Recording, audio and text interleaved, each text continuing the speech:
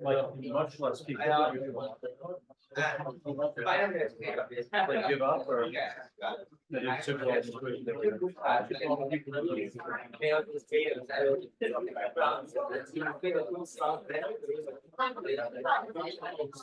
It's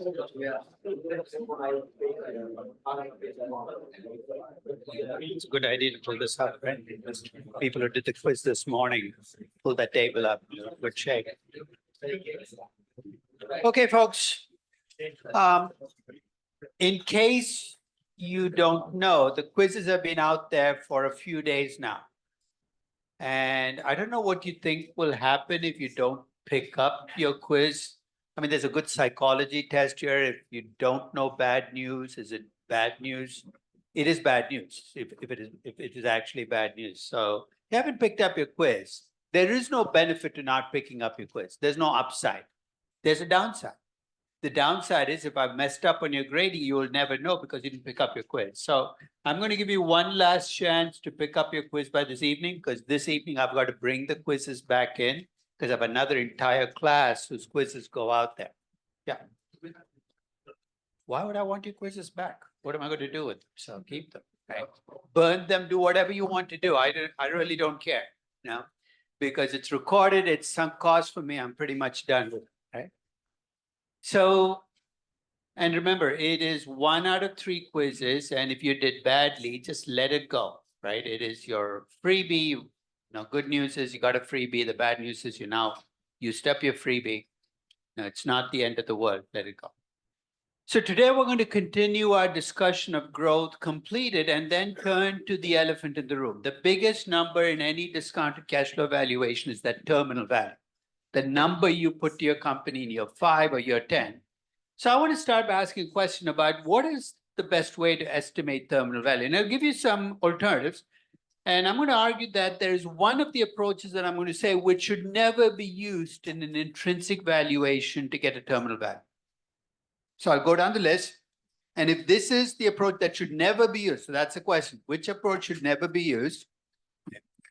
A liquidation value. Is that okay to use as a terminal value? Tell me when. What kinds of companies would use a liquidation value in?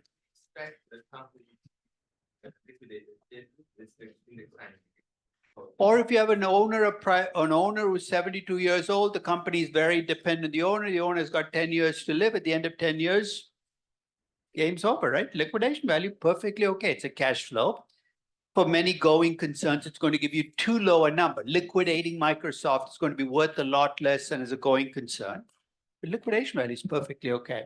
What about using a stable growth model where you assume a growth rate in perpetuity? I hope it is okay because that's the way we get terminal values for pretty much every company, right? We can talk about the limits in the growth, and today we'll talk about. How about a growing annuity? You know what the difference is? In a perpetuity, assume your company will last forever after year 10. Is it okay to assume your company will last only 15 years after year 10 and you get, what kinds of companies might that be? One is at the end of 25 years again. Or it could be a natural resource company like Aramco where the oil runs out after 25 years, in which case the game is over. So that's perfectly okay. So I've kind of given you the answer. The one approach that should never, ever, ever, ever, ever, ever, I think I've kind of made the emphasis strong enough, be used in an intrinsic valuation to get terminal value is an exit multiple. You know what an exit multiple is? Anybody want to tell me what an exit multiple? If you apply an incident rate model to the end of your cash flow and everything, you wouldn't use it because No. So let's pause right there. So you take your year 10 revenues or EBITDA, you apply a multiple to that. Where are you usually getting that number? Comps.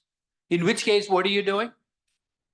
Remember the divide we had between value and pricing? You've made your biggest number in the intrinsic valuation of pricing. This is what I call DCF and drag. Because while I'm distracted by your cash flows, your growth, your risk, what are you doing? You're slipping that 8 times EBITDA into year 10. Say 80% of banking valuations should never call themselves intrinsic valuations because in 80% of banking valuations, it's an exit multiple that's used for a terminal value. That's not an intrinsic valuation, it's a forward pricing. Yeah. Nothing like a exit multiple implies 30 for computing. You could always reverse engineer, but nobody computes exit multiples. So if I took a traditional growth terminal value, could I state it as a multiple? Absolutely. But why would I want to? Because all the numbers give me a terminal value already. It'd be pointless to use a multiple. So we're going to talk about why bankers might do it, but it doesn't make sense to do an intrinsic valuation and you make your biggest. You think only bankers do this? You know how real estate valuations are done for the most part? You project out income from a property for the next 10 years. At the end of 10 years, guess what I use as my terminal value for the property? What somebody will pay me 10 years from now. Where do I get that? By looking at the price per square foot that other people are paying in Manhattan. It's almost, you know why people like it? You get a number closer to the market price because almost by definition, you should get a number because you're using a pricing to justify a pricing.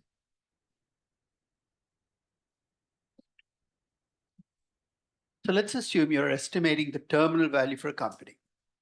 And your expected cash flow, in this case, let's assume the after-tax operating with this company is 100 million in your terminal year.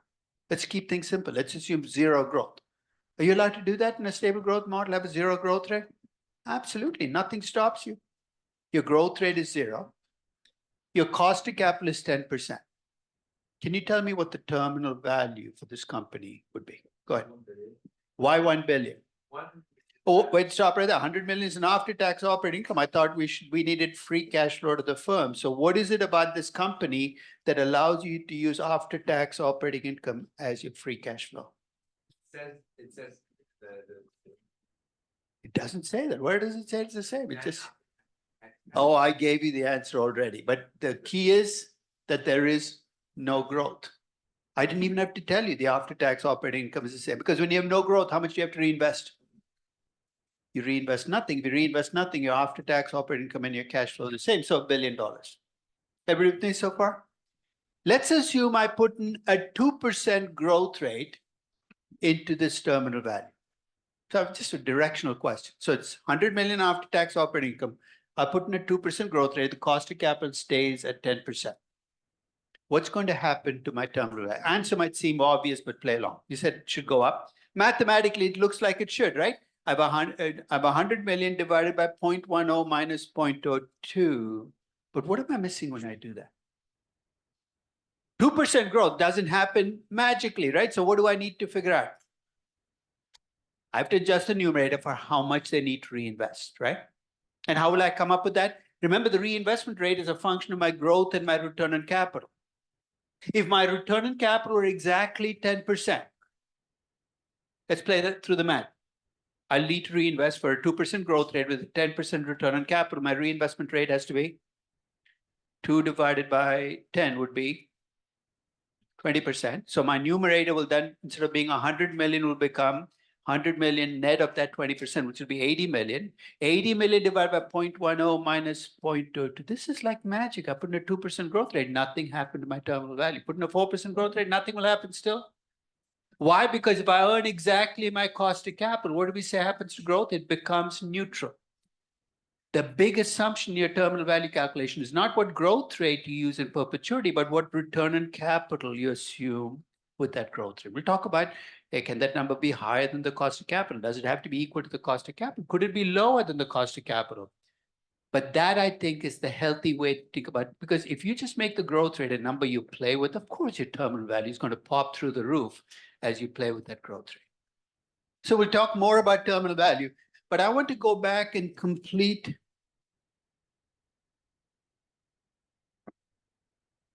the discussion of the inputs. If you remember, we were talking about revenue growth. And I said, these are the, I mean, pretty much everything that you have to think about. How big is the market? How big is my company? What does the competition look like? You're saying, that's so much stuff. Of course, it's so much stuff.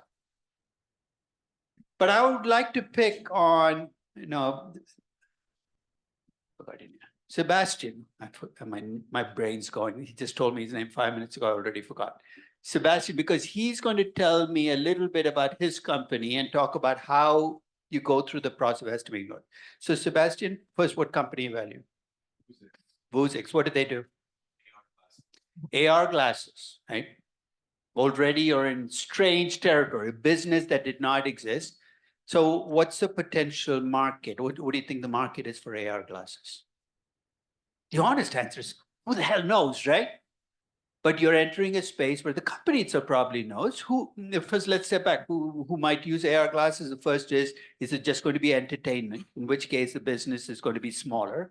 Is it going to be people working? Maybe there are people who do manufacturing jobs where an AR glasses might actually help them do something, maybe technology.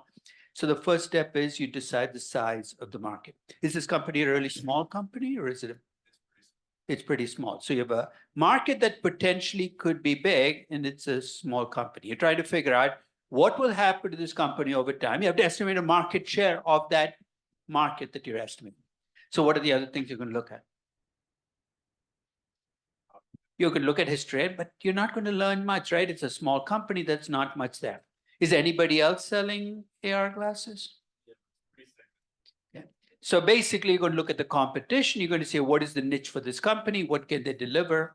And based on that, you're going to come up with a revenue growth rate and expected revenues. It's actually the dollar revenues that you see in year 10 that's going to drive your growth rate. So if you're a small company in a big and growing market, in this case, a small and growing market, you might be able to grow fast simply because the market itself is growing. But to do that, you probably have to decide who's going to be using AR glasses. Okay? That's going to drive your growth rates. So I want you to think about whatever company you're valuing and start that process going, because it'll take a while for you to come to an end game of, this is my story for my company. Let's take a more established company. Anybody doing Netflix? You don't want to admit to it? I'll help you along, right? This will be a chance to get your growth done. Okay. Nobody's doing Netflix. Krispy Kreme. You know, I throw those out. For some reason, Netflix, Krispy Kreme seem to be favorites. I think people just pick companies based on what they're eating and watching at a given point in time. So, oh my God, I have to pick a company. They look at the donut in their hands and say, I'll do the Krispy Kreme. Okay. Anybody picked a company that is, kind of a well-known name? Nobody wants to be my guinea pig. You want to try? I don't know how well known it is, but it's JD.com. It's a big Chinese e-commerce. Okay. We're now talking about a large Chinese tech company, and you could replace it with Tencent, Alibaba. My guess, with all of these companies, you face a challenge. First, is the market big? Yeah. What makes it big? 1 billion plus people, right? That's the advantage. Starting with an Indian or Chinese company, the market is big. You don't really need to go anywhere because I can see why it's big. Okay. Next step, what segment of the market are they serving? So you can come up with the market share. But there's an elephant in the room you got to deal with all of these companies, Alibaba, Tencent, JD.com. And what's that elephant in the room? I mean, maybe it's the Chinese government. It's not maybe, it is the Chinese government. Your story needs a place for the Chinese government in there. I'll tell you why. Until 2018 or 19, these companies got high valuations because it was assumed the Chinese government was an ally, that they would keep the competition out. that when Alibaba went head to head with Amazon in the Chinese market, Alibaba had an advantage because the Chinese government was in. But in 2019, something I think significant shifted here, which is the Chinese government decided, instead of being an ally, that they were going to be an adversary. So since 2019, all of these companies have been fighting, trying to climb uphill. JD less than Alibaba or Tencent. But when you tell your story about growth, is there a big market? Yes. Is there competition? Yes. But there's a third question you got to bring in, which is, will the Chinese government act as a ceiling on my growth rate? Right? Because that's effectively going to become part of your story, which means whether you buy Alibaba or Tencent or JD is going to depend very much on how that story plays out. Growth is messy because you're forecasting the future. There are going to be political effects, economic effects, all those things will play out in your growth rate. Now, do you see why just using past growth and projecting it out is not going to do it in these companies? It's not going to be a good indicator. Okay? So revenue growth is the first stop, and I'm going to give my example. In November of 2020, a company called Airbnb, you've heard of it, right? Went public. Really weird time. November 2020. What was weird about it? The world, COVID had hit, the world had shut down, hospitality was dead in the water, and they chose to go public. And people said, why would you want to go public now? Because in a strange way, COVID strengthened Airbnb's competitive position relative to its competition, which is mostly hotel companies. Why? Because if COVID was damaging to Airbnb, and it was vastly more damaging if you're hired to Marriott, because it was putting them on their knees. So in a sense, the timing made sense. But this was actually also made that the most recent 12-month data for Airbnb is kind of useless. You see why? Because the most recent 12 months, 9 of those months, people were not traveling because they were restricted from traveling. So you're kind of dancing this dance of what would 2020 have looked like without COVID? Who the heck knows? So rather than look at historical data, which was telling me nothing, I said, I want to get a growth rate for Airbnb based on how big this market can be. Saying, what market is this? What market is Airbnb in? Hospitality, right? That market, until Airbnb came along, was dominated by one type of business, which is hotels. Have hotels been around forever? Biblical times, there were probably little inns around that you paid for. This has been around forever. So I don't have to reinvent the wheel. I wanted to see what the business looked like in 2019 if you defined it as a hotel business. I know Airbnb is not a traditional hotel, but it's going after the same money, right? The money that was spent on hotels will now be spent on Airbnb instead. Collectively in 2019, all of the hotels globally put together had revenues of about 600 billion. The business was dominated by 5 or 6 players, not by 1 or 2 players. So it's not like the kind of monopoly, duopoly you see in technology. The 5 biggest hotel chains control like 80%. And if you looked at the revenues from hotels, the US was the dominant market, followed by China, and then the rest of the world. So clearly, I'm just getting a sense of what does the market look like now? The question is, what percentage of that market will go to Airbnb? Now, when you go public, you got to file a prospectus. A prospectus is very much like an annual report. It gives all the financials, but you're also allowed to tell people your dreams, what you think. So in the prospectus, Airbnb stated, and I won't read the whole thing, that their total addressable market, it's called TAM. You might have seen this in many prospectuses for companies that have gone public. This is how big our potential market is. Remind me again how big all of the hotel business put together was? 600 billion. Airbnb estimated that their total addressable market would be 3.4 trillion. Okay, so what's happening here, right? So basically you're saying you can increase the money that people spend on hospitality 6-fold. Now, who's spending that money? You and I, right? So if we're spending 6 times more on travel, what are we cutting back on? Are we not eating anymore? No. But that's the first question. This is a big jump in it. But there's a basis for this disruption changing the size of the market. And I learned this the hard way. When I first valued Uber in 2013, I looked at the car service market, and I'll take you through that entire valuation later in this class. Who dominated the car service market before Uber came along? Taxi cabs, right? Plus these car service limo companies. There used to be limo companies all over New York. So I went back and collected the revenues of all of those companies. Pain in the neck because they're not publicly traded. I had to go city by city collecting the numbers. I estimated a total market for the car service business of about 100 billion. And here was the mistake I made. I assumed the market would grow, but not that much. It's a total car service market, and I gave Uber a significant share, I thought, of that market. Here's what I missed. Uber changed the size of that market. And I'll give you one part of the world where Uber's been around for longer than any other part to see what I mean. Uber and Lyft came to the Bay Area before any other part of the world. That's where they were founded. So they've been in the Bay Area since 2009. You know that the size of the car service market in the Bay Area tripled between 2009 and 2015. How do you explain that? No, how can people be spending so much more on car service? What do you think was happening that was causing that? And explain what that change in lifestyle is. You moved to San Francisco in 2016. Historically, you might have bought a car, put it in the parking lot, paid through your nose, your ears, every orifice in your body for keeping that car with insurance. Why? Because getting a taxi cab was such a pain in the neck. You had to go out and wave your hand and hope the taxi cab saw you. And then you got Uber and Lyft, and there was always one 3 minutes away and was cheap. So what happened with Uber was they changed the way people use cars. So rather than owning your own car, it became almost routine. I mean, I can tell you, with my youngest son, his Uber is still on my credit card because I want to know where he is on Saturday nights. It makes me sleep better. And I can sometimes get 6 charges between 9 o'clock and 10 o'clock on a Saturday night. I think he is paying the Uber driver to carry him from the bed to the bathroom. Basically, he doesn't walk anymore. He takes an Uber. 2 blocks away. It's so easy. Take an Uber.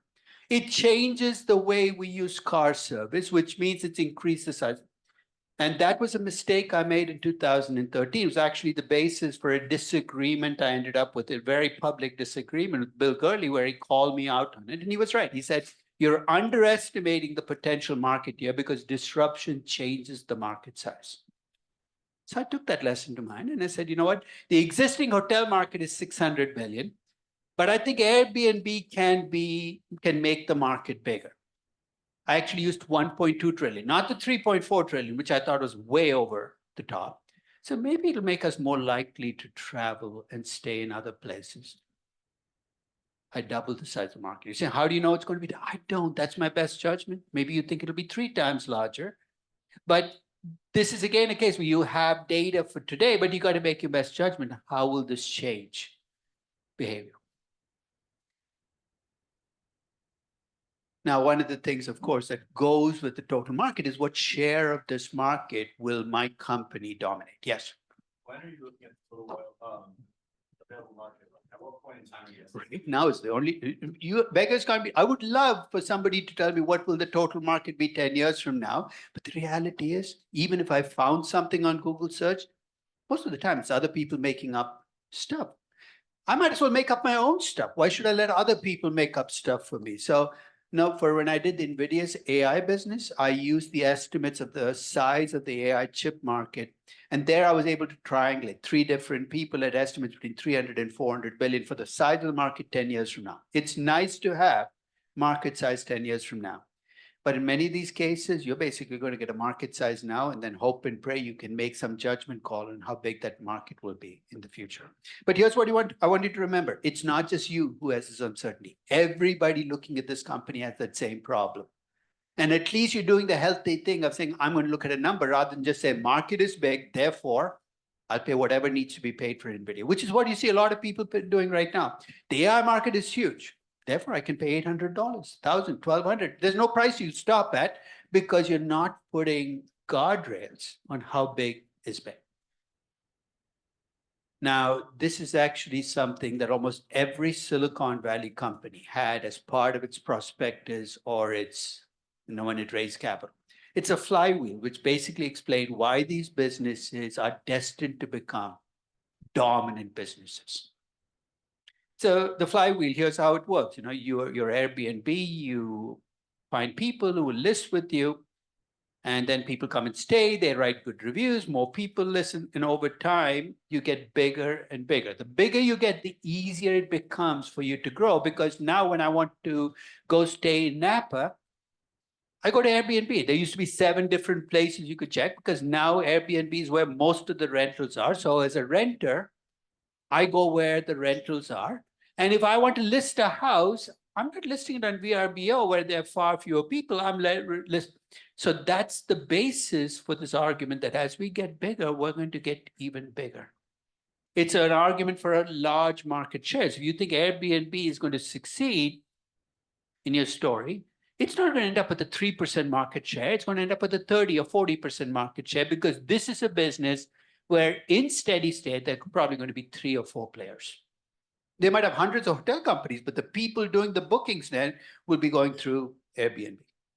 So in my valuation, my original valuation, I gave Airbnb a $1.2 trillion potential market and a significant slice of that market. I don't remember the exact market share, 30% market share. I'm building up to a really big revenue company.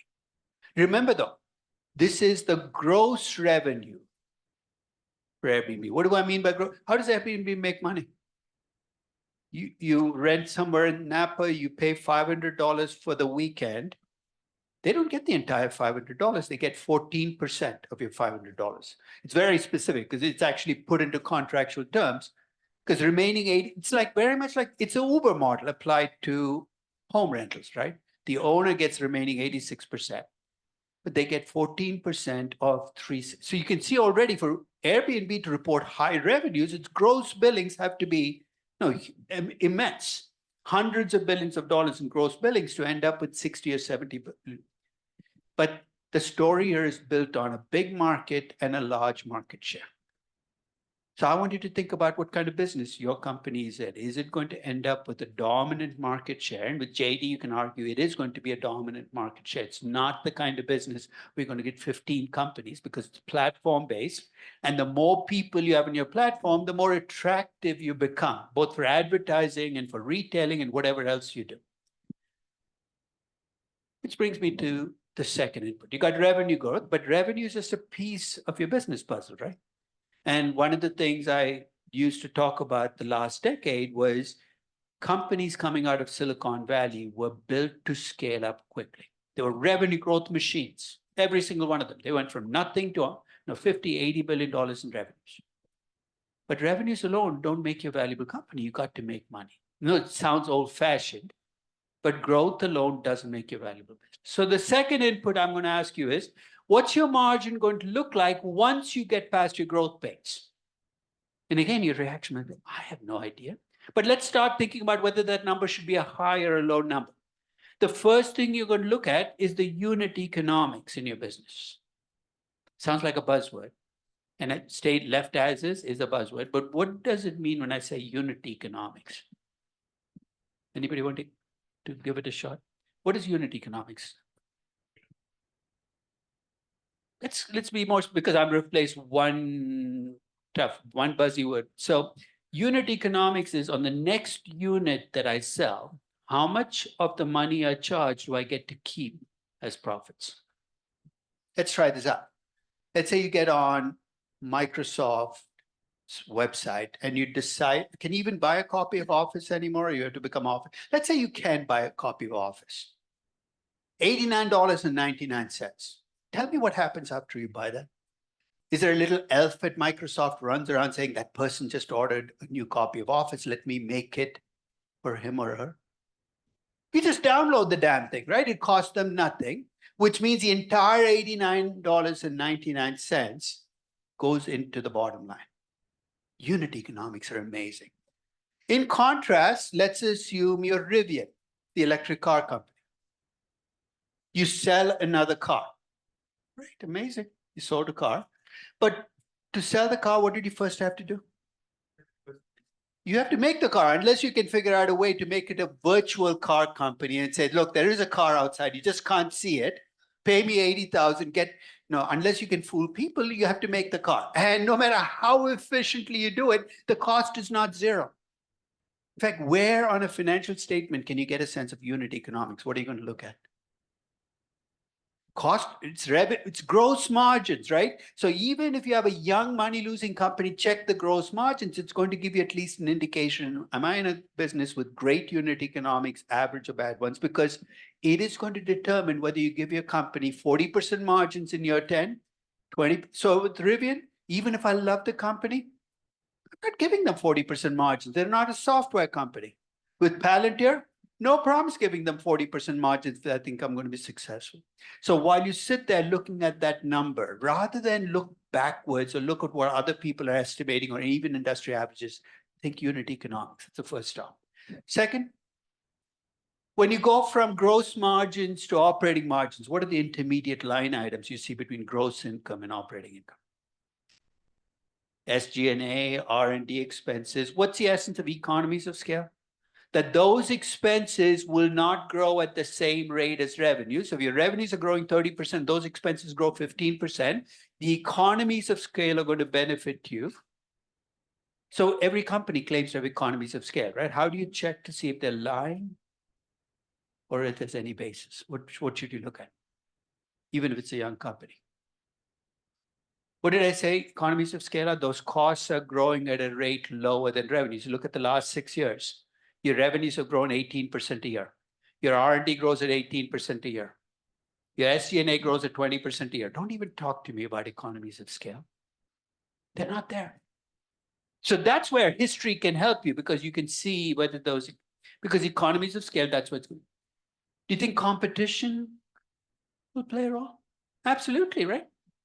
It's going to determine whether you can charge the prices you want. So that's going to play a role as well. So when you make the predictions, you're going to start with the current operating margin. And if that number is negative, you have a steeper hill to climb. If that number is a big positive number, you have a different question to ask. Can I maintain those margins? And then you ask yourself, what is this company doing? Because some companies put growth well above profitability, which means that when you're valuing this company, you're going to give them high growth, but that's going to come at the expense of improving margins because you're putting growth first.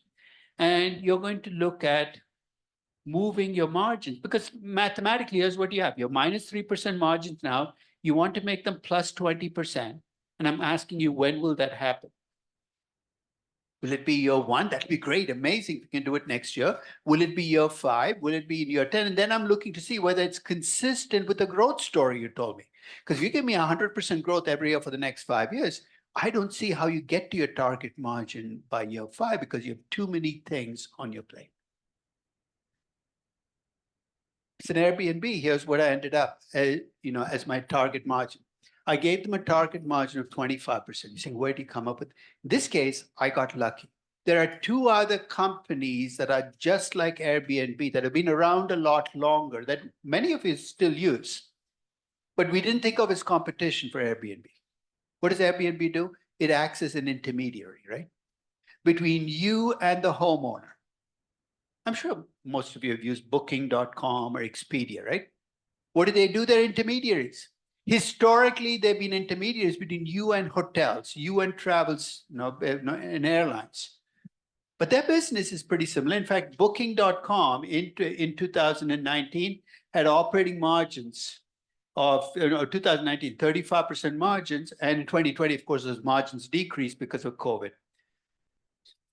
Expedia had much lower margins because Expedia is a slightly different business model than booking.com. And I'll be quite honest, I didn't know this until I looked at the margin and said, why is it so much lower? It turns out Expedia also as a business often buys hotel rooms from hotels in big numbers and then tries to rent them out. So it's not just an intermediary, it actually now has this inventory that it runs. It's a different business model. It allows them to get revenues differently, but that's why the margins are lower. I'm going to give Airbnb margins closer to booking.com. I think that 35% is going to come down because if you've noticed, Airbnb now lists some hotels on their side. Not only are you renting apartments and houses, you can also, so that competition will mean the margin comes down. So my steady state margin is 25%. The unit economics are great, but the competition is intense. And I'm assuming that over time, the margins will go from what they are right now, which in 2020 is minus 10%, that they will improve over time to 20%. I'll tell you, the rate at which they change year to year is much less critical than the starting and the ending point. That's the big driver of values, whether I use 25% margins or 50% margins in year 10. So don't lose too much sleep over, what's year 1, year 2. Just pick the starting and the ending point and improve it. Any questions? So bring what you can understand about unit economics, the business, the competition. Now, one of the things that I've heard about AI is going to improve the margins for every company. I heard this, an analyst yesterday was saying this about Kroger. Kroger will become more valuable because of AI. And I'll tell you a story, and you tell me where the flaw in the story is. That AI can be used to reduce your cost by doing what? Replacing what used to be manual labor with this automated device, and that AI. So the AI can reduce the costs of Kroger. And if you reduce the costs, it should improve margins, right? In fact, this morning, I don't know whether you read, I think JP Morgan has come up with a new product for companies where they can use AI to manage their inventories and reduce their costs. So clearly that's coming. AI products and services are coming that will allow you to reduce your costs, maybe by replacing manual labor with an AI software, AI device.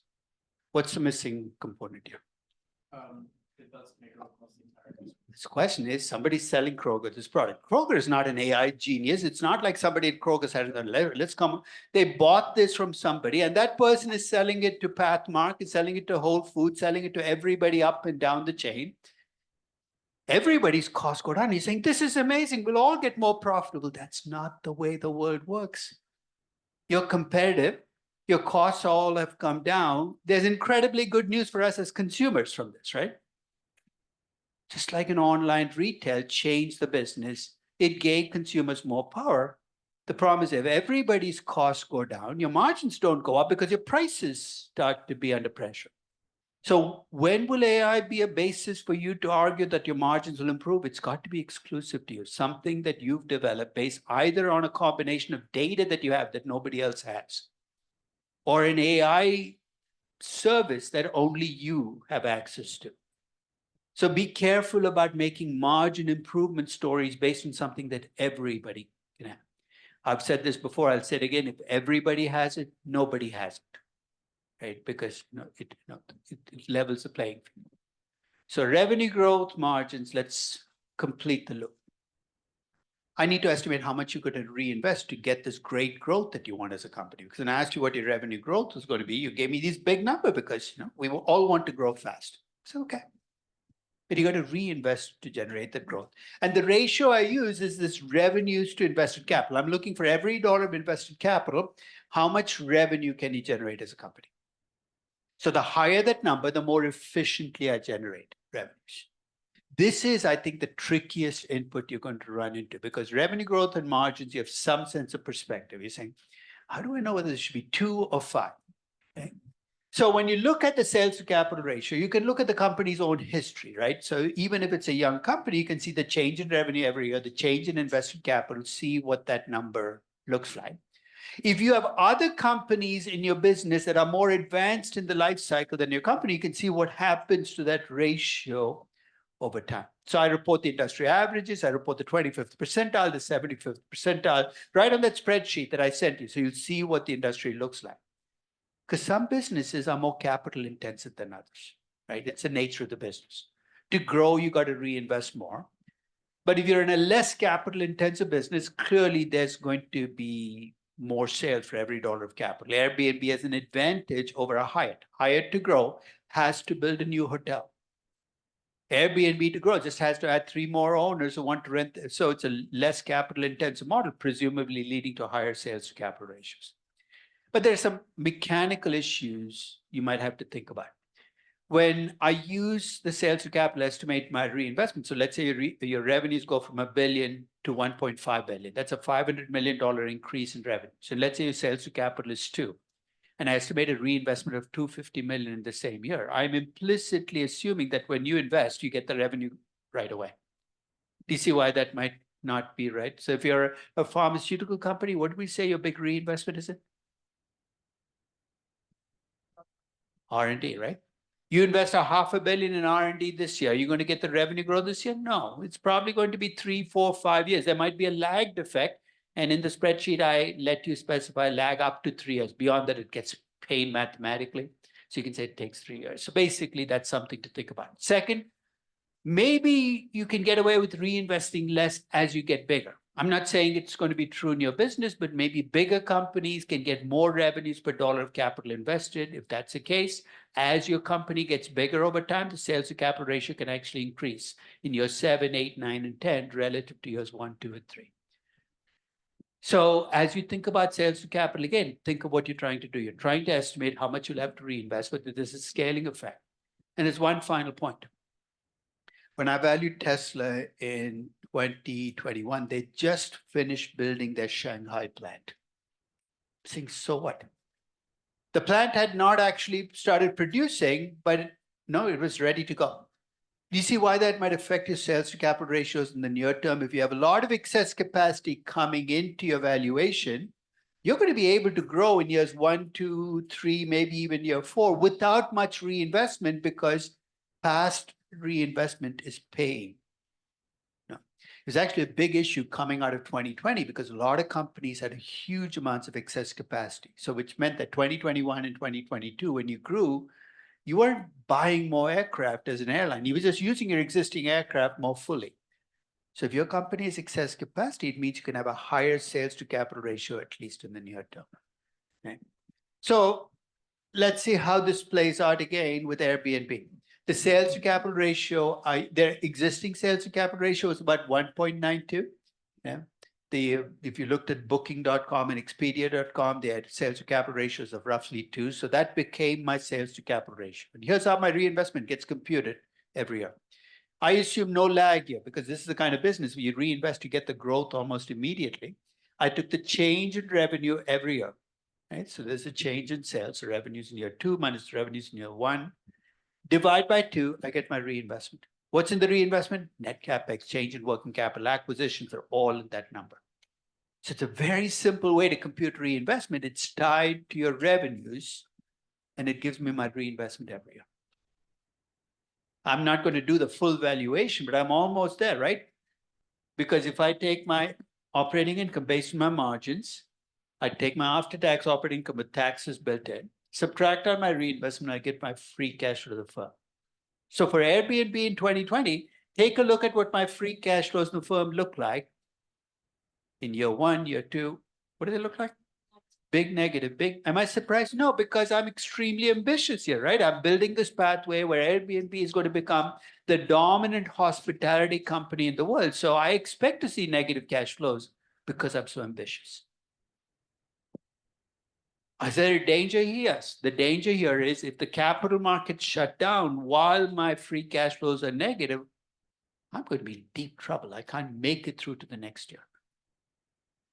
This is that cash burn. And if you remember the very first class, I said it's okay to have negative free cash flow firm if you see a pathway to not just large cash flows, but disproportionately large cash flows. Embedded here are a lot of assumptions. It's entirely built on the future. Is it subjective? Sure. When did subjective become a bad word? Of course it's subjective. Can I make it objective? No, not unless I have godlike powers, right? How do I objectively tell you what this business will look like? Make your best judgments. I will never contest your judgments, but I will contest you if your judgments are, so you tell me your company is going to grow 60% a year to get a dominant market share, and you're improving margins at the same time. My question is, where's the competition here? Because you're going after growth. How are you able to keep your margins up? Because you usually got to cut prices, and you need to fill in that part of your story. Revenue growth, margins, reinvestment. There's an old Archimedes saying, give me a lever and a place to stand and I can move the world. You give me growth, margins, and reinvestment and a place to stand, I can value any type of business, young, old, declining, growing, because those three numbers are kind of generic numbers that you can use to value just about any company. Any questions about those inputs? So, I would suggest while this class is fresh that you open the spreadsheet. You don't even have to do your full valuation. Start thinking about what kind of growth rate you want for your company, what kind of margins you see your company having in steady state, what kind of reinvestment you think your company will need. Because that's what's going to give you a valuation for your company. These numbers don't come from looking at the past or just plugging in an industry average.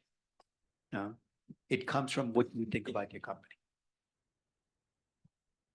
So let's, one final point, and this is something that I think we don't talk about enough.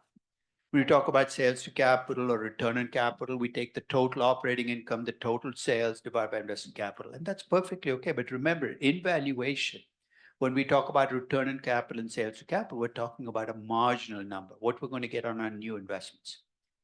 Now, we assume sometimes that what you get as an aggregated return is a good measure of the marginal return. But remember in Econ 101 that the marginal return can be very different. So there's a way in which you can get a marginal sales to capital ratio or a marginal return on capital in your company. Here's what you do. You take the change in sales and you divide by the change in invested capital rather than total sales. You're trying to see if there's a pattern here. Is my company getting more efficient, less efficient? It's something to at least think about as you make your estimates for the future, what these numbers have looked like, how have they evolved over time for my company.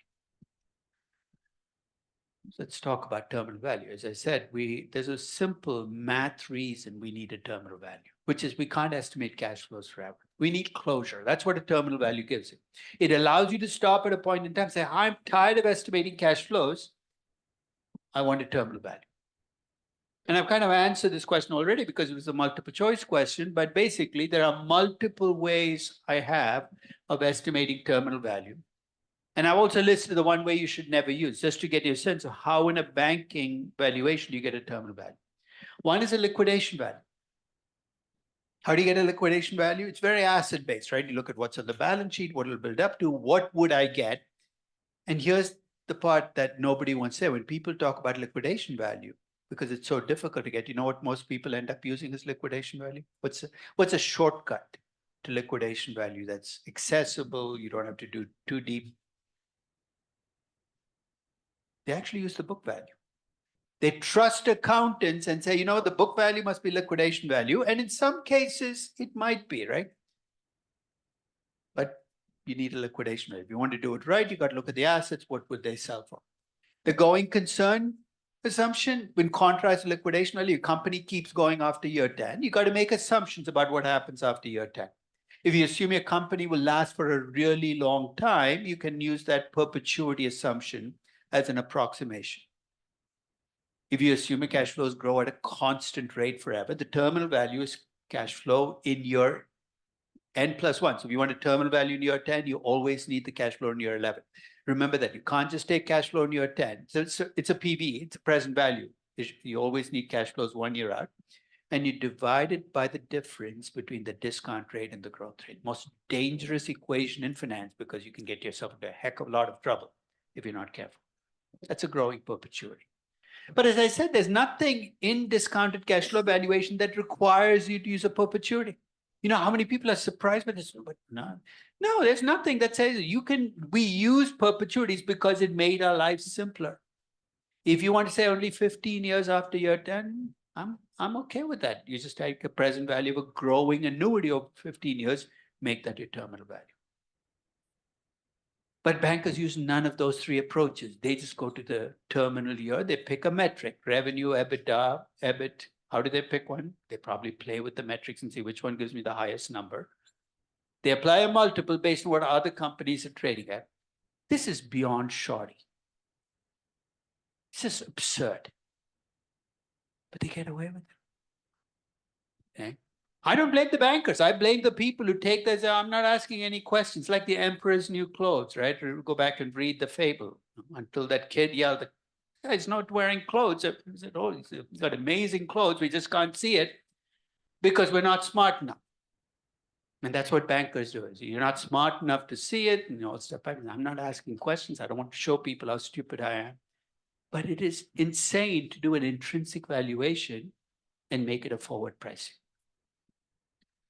So let's take this perpetual growth model because we use it so much and talk a little bit about putting guardrails on it. Basically, the terminal value is the expected cash flow 1 year after your terminal year. So if it's year 5, you want year 6, year 10, you do year 11 divided by R minus G. Take a look at that equation.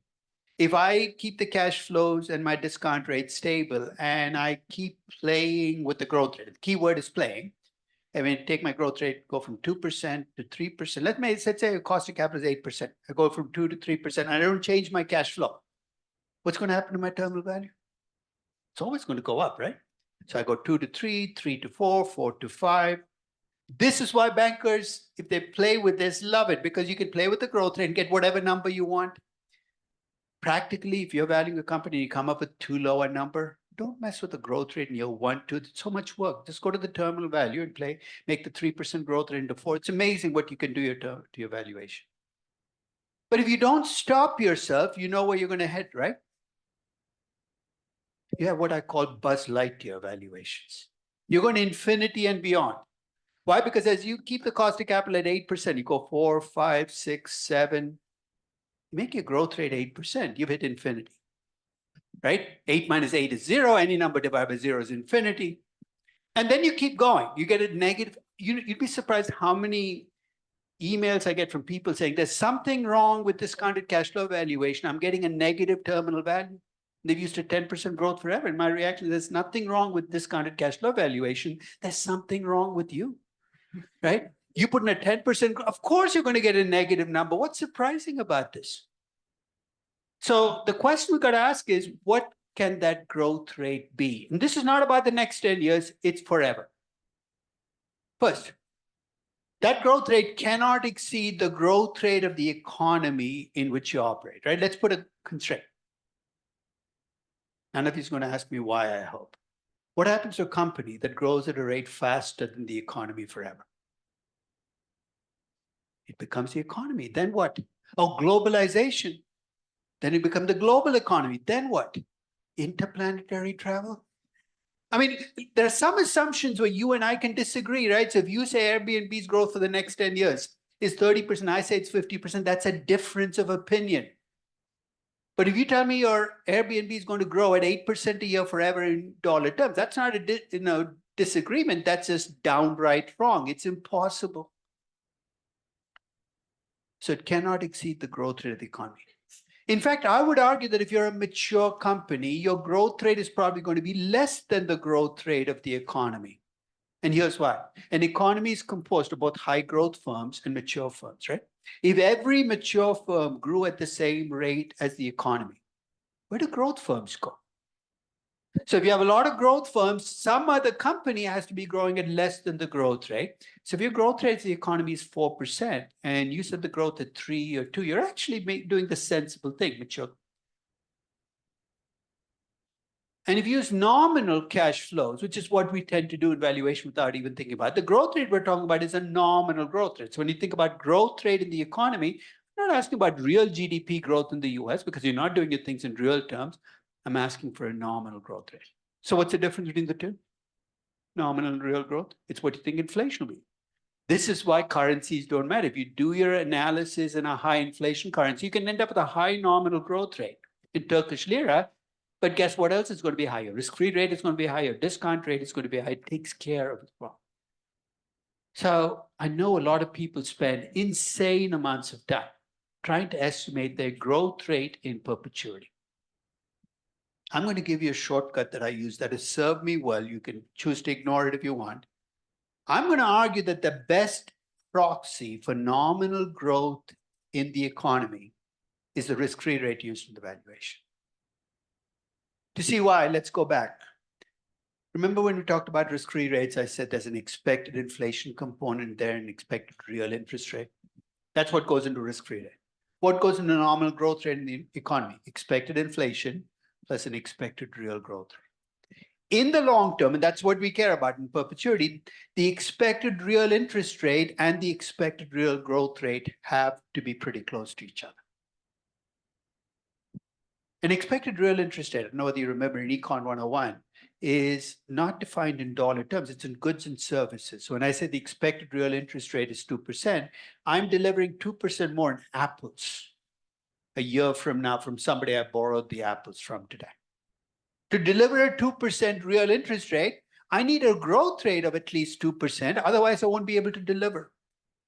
So at least in the long term, there has to be a link between real interest rates and real growth rates. But I get pushed on this all the time. So how do we know this works? So one of the ways I check to see whether using the risk-free rate is a good proxy for growth is I go back in time, and this is just for the US through 2021. I've asked, these are the average T-bond rates, the inflation rate and real GDP growth rate each period. If you add the inflation rate to real GDP growth, you get the nominal GDP growth. Across the entire time period, 54 through 2021, the T-bond rate has been 5.59%. The nominal GDP growth has been about 6.5%. That's close enough that I can live with it. In fact, if you break it down by period, you can see that in the 1954 through 80 period, the nominal growth rate ran ahead of my risk-free rate. But in 81 and 2008, it actually ran behind it. So you're going to see periods where it goes back and forth, but think of how much weight this lifts off your shoulder. You're not sitting there saying, what will the growth rate of the Chinese economy be after 2033? We have a tough enough time estimating growth next year. This then gives you an out because your risk-free rate becomes your proxy. So when you value a company, this then becomes your cap. So when you violate this cap on my spreadsheet, and I let you do it because I want to give you the rope to hang yourself if you choose to, I'll also warn you, you're just doing something that, and usually people come up with reasons like, what if I just set it a little bit above the risk rate, just a tiny bit? This is such a special company. It's like being a little bit pregnant.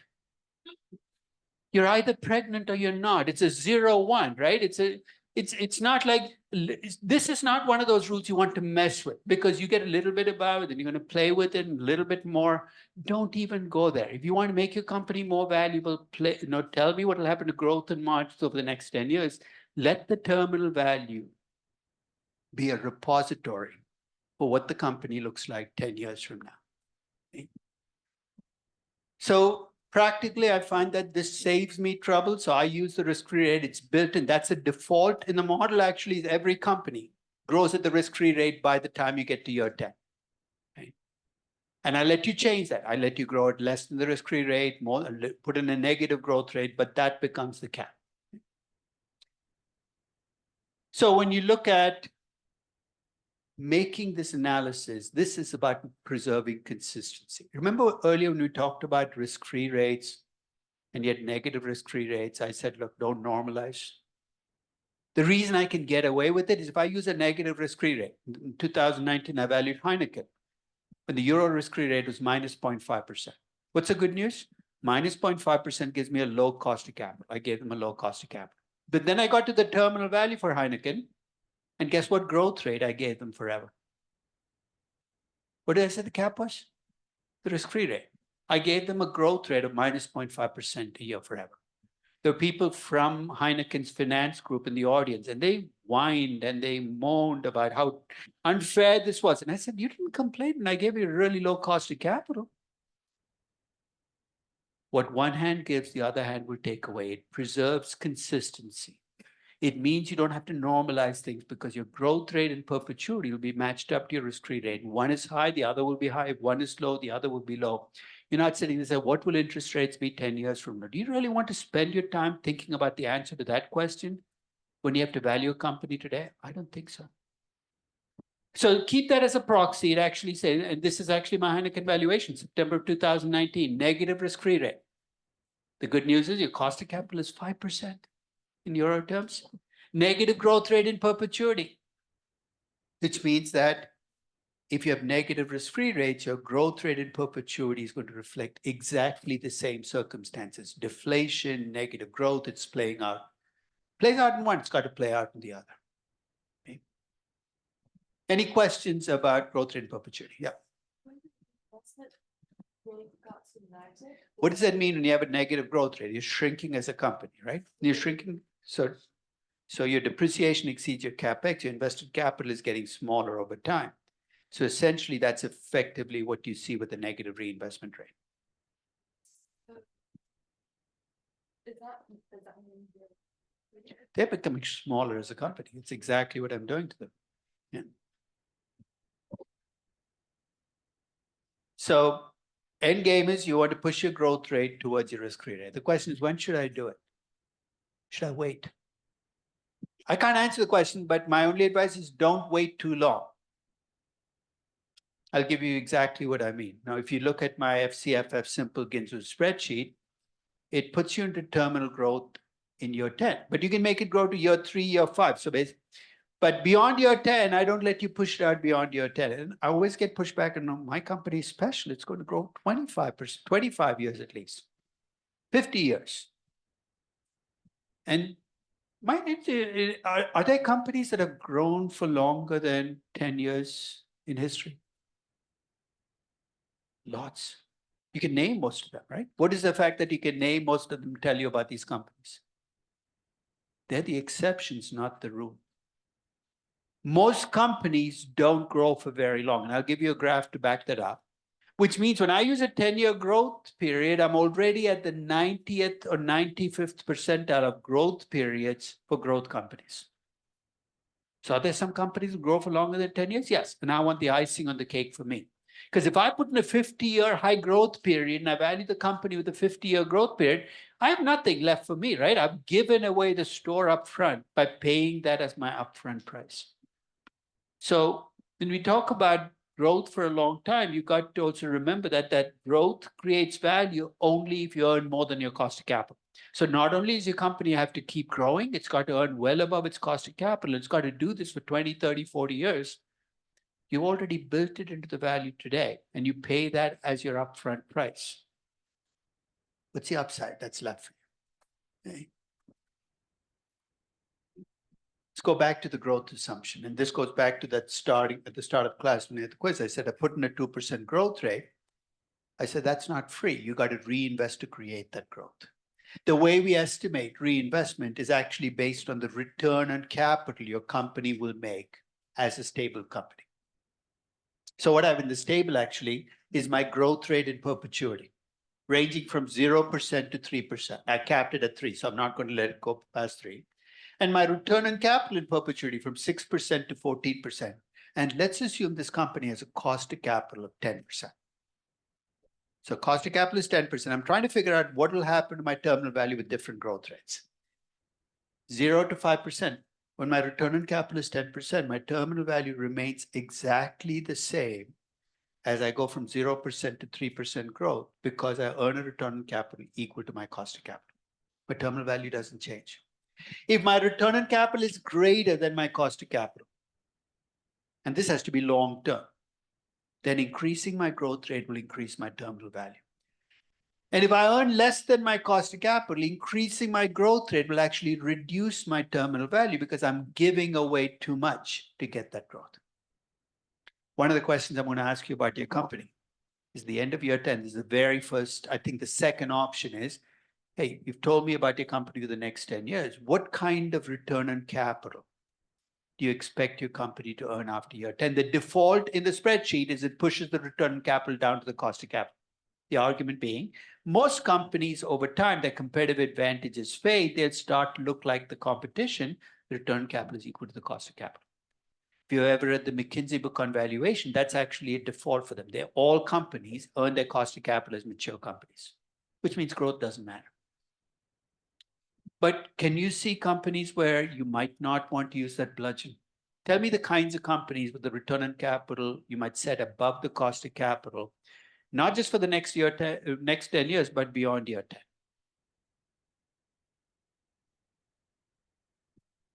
If conglomerates that invest well. Actually, conglomerates would be the worst kind of. You need a competitive advantage, right? Conglomerates have almost no competitive advantage that can be sustained. It's got to be some kind of competitive advantage that's sustainable. The Amazon What's the web services?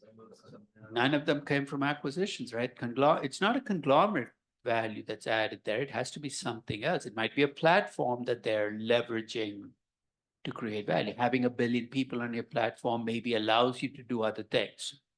And maybe that's long-term enough that you say, look, I'll allow you to earn more than your cost of capital.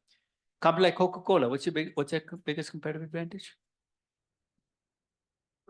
Brand name. One of the most sustainable competitive advantages known to man, because nobody quite knows how you get a valuable brand name, right? It comes out of nowhere. I mean, think of a company like Kroc or Birkenstock, right? Think of all the accidents of history that have made the brand name what it is. The more sustainable your competitive advantage is, the more you're going to say, look, I'm going to let my company earn. So my Mag 7 stocks, every one of them earns more than its cost of capital in perpetuity, because I think these companies, even if their growth drops off, are going to be able to earn well above their cost of capital. The Apples, the Amazons, and they all have not just competitive advantages that are strong, but sustainable. As opposed to what? In most businesses, competitive advantages fade very quickly. You're a steel company, you could be the greatest steel company in the face of the earth, but the clock is ticking, right? Because what made you great was you had more efficient factories than everybody else. And guess what? Other people start to catch up with you. The advantage goes away. So think about that question as, think about your competitive advantage when you answer the question, because it's going to determine how growth affects your terminal value. And what kinds of companies would you let the return on capital be less than the cost of capital forever? It's kind of and they're growing, right? This is the definition of insanity. You're in a bad business. You complain about being in a bad business. I understand why you're stuck in the bad business, but I've never understood why you try to grow a bad business. And in this case, that's happening forever. If you have a company where managers keep taking bad projects, they're earning less than the cost of capital. Why in corporate governance we assume that that will stop eventually? What makes them stop? Or somebody will force the board to get rid of the CEO. It's, you've heard of corporate governance. We like to talk about corporate governance as this abstraction, but corporate governance basically gives you a chance to change management. So in most US companies, let's face it, you have more activist investors in the US, more people pushing for change. When you have a badly managed, badly run company earning less than the cost of capital, when I get to the terminal value, I do assume the return on capital is going to be equal to the cost of capital, because I assume change will come. Either you'll stop growing or you'll find a way to at least earn your net present value. But let's say you're in a part of the world where you have zero power over management and you have family-controlled companies that are badly managed and badly run. Do you see where this is going, right? There's no chance you will change the company. These people actually think they're okay. They're making money, very low threshold. They're going to keep doing what they're doing, which means when you get to the terminal value, you might leave the return on capital below the cost of capital in perpetuity. Which means as you increase your growth rate and your terminal value, your value will go down. But that's exactly what the real world will deliver. The more ambitious these companies get, the more you have to worry as an investor. So when you think about terminal value, think about that factor. And here I'm going to back up what I said about some companies being able to earn more than the cost of capital. And ironically, I'm going to use a McKinsey study to back it up. Why ironically? Because McKinsey assumes that every company earns its cost of capital once it gets to be a stable company. This is actually a set of studies that McKinsey did on companies over time. One of the great things, there's a magazine called McKinsey Quarterly, which is free. You can subscribe. It's actually one of the best applied magazines in corporate finance and valuation, because they have this incredible proprietary database of all of the companies who've been McKinsey clients, which is a who's who of every S&P 500 company. So one of the studies they looked at is what happens to companies' growth rates if you track them long enough. The answer is not surprising. If you track companies long enough, the growth rate decreases towards a growth rate, which is what we assume in valuation. So that's good news. They also ask what happens to companies' returns on capital if you track them over time. Do you see why the answer to this question is relevant, right? Because McKinsey assumes it goes to the cost of capital after year 10 or year 15, but their own studies indicate that return on capital is stubborn. It stays above the cost of capital for much longer when companies survive, that there's this competitive advantage that persists for longer. So again, I'm not saying for your company, you should assume one or the other, but think about the possibility that your company can earn above its cost of capital for the long term.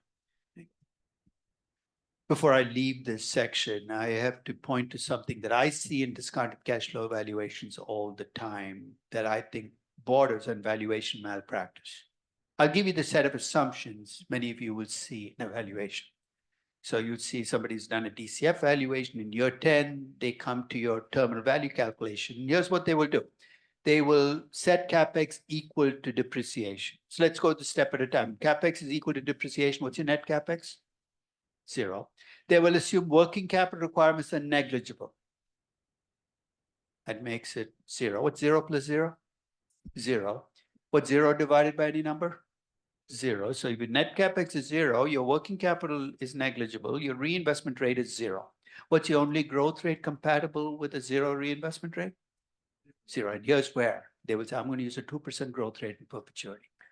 Magical.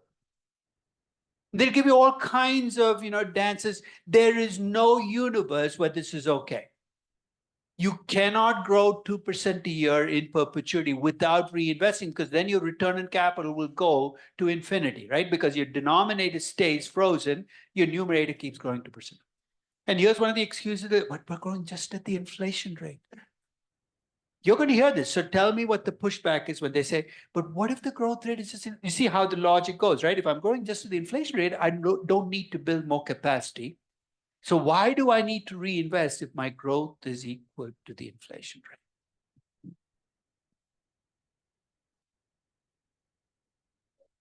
But you're not growing, right? You're growing at the inflation rate, so you're not producing more units. Why? You have capacity to already produce all the units you sell. We're getting close. We say CapEx offsets depreciation. What are we doing? We're replacing old machines with new machines, right? That's basically what you're doing.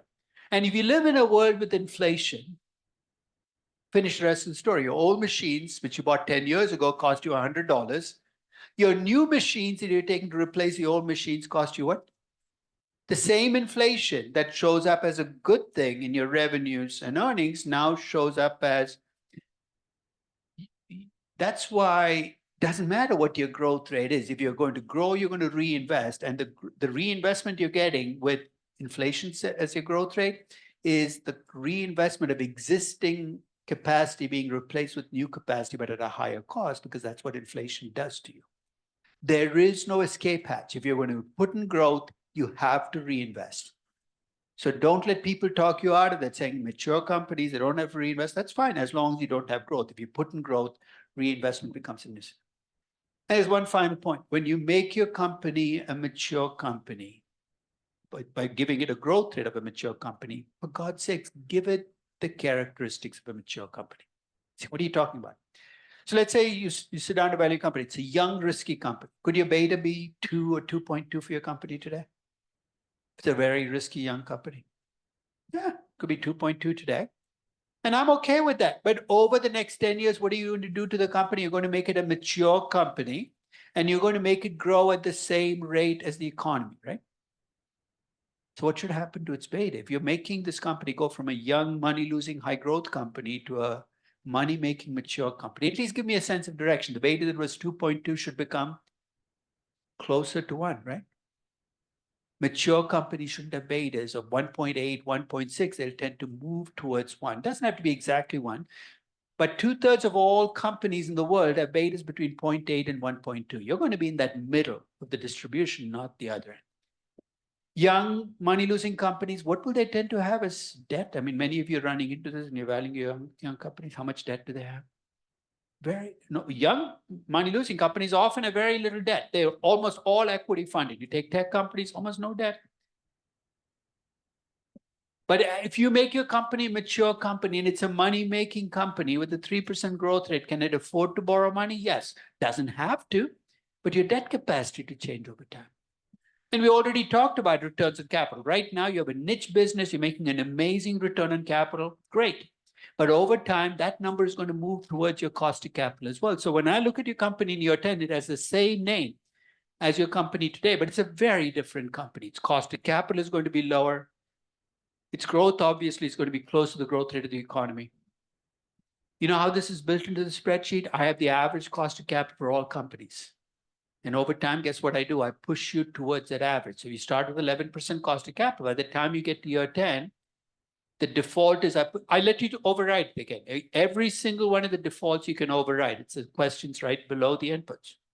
But I want you to think about it before you override it, because this is not about your company today. It's your company 10 years out.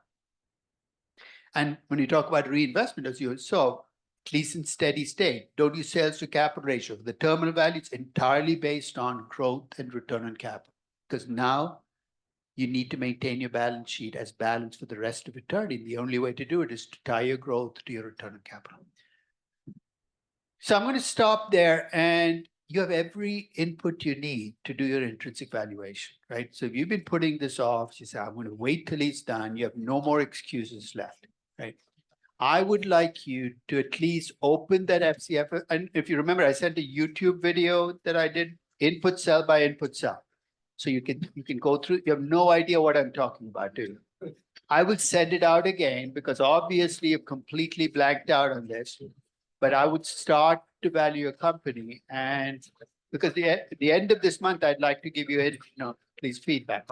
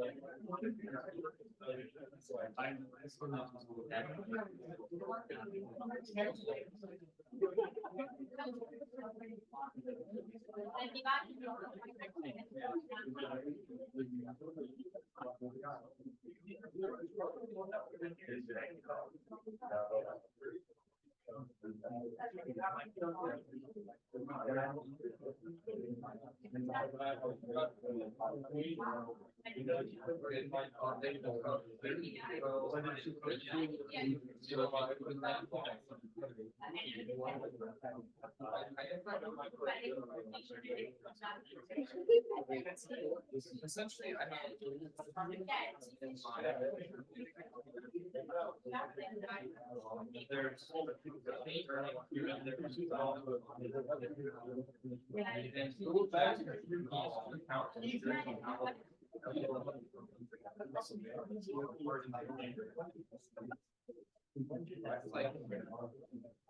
Like what I did was I summed up and have and then I just write down what's like the size of the back.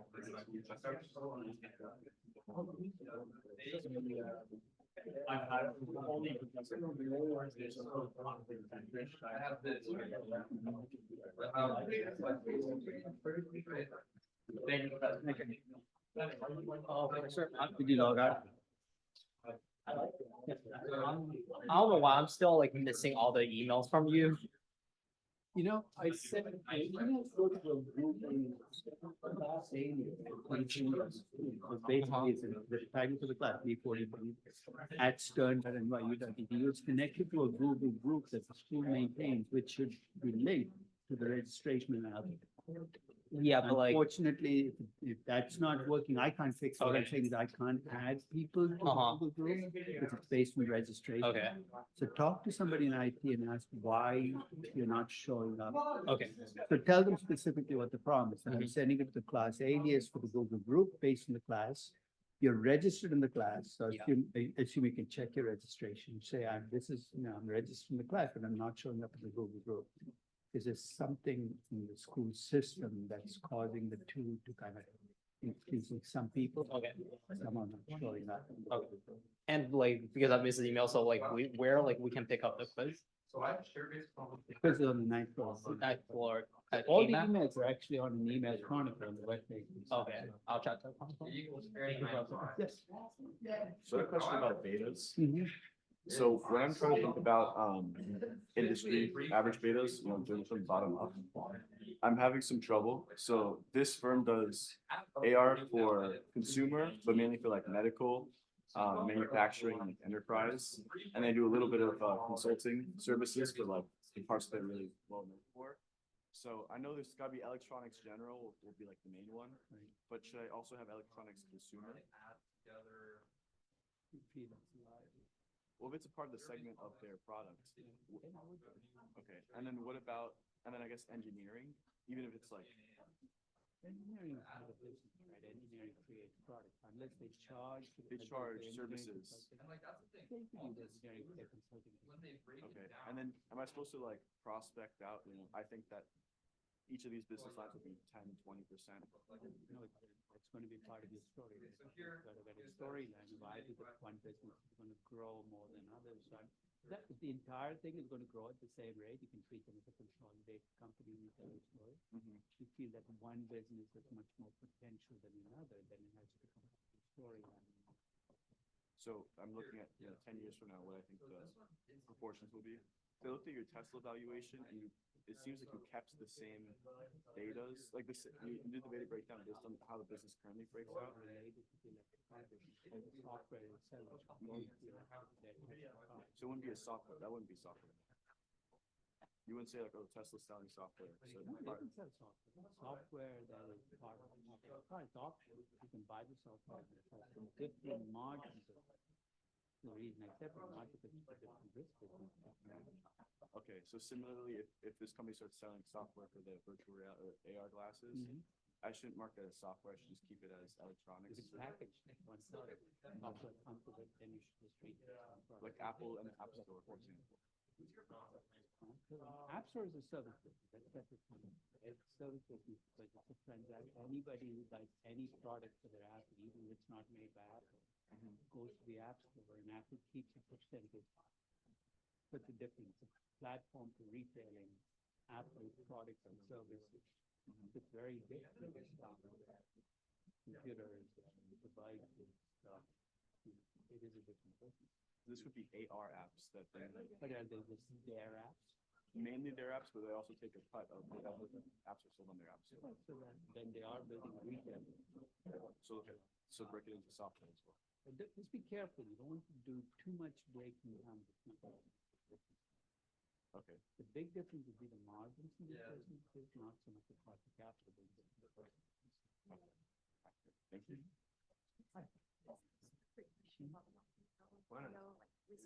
Retail long-term growth is growth. Yeah, I know like recently it's the capital, but like for obviously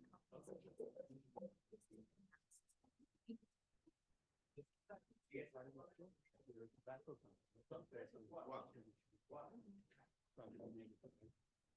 fossil fuel company, climate change. In a product company, you might say, I'm going to check that. There's not a whole lot of analysis. Whether it keeps growing with the economy or rate lower. Thank you.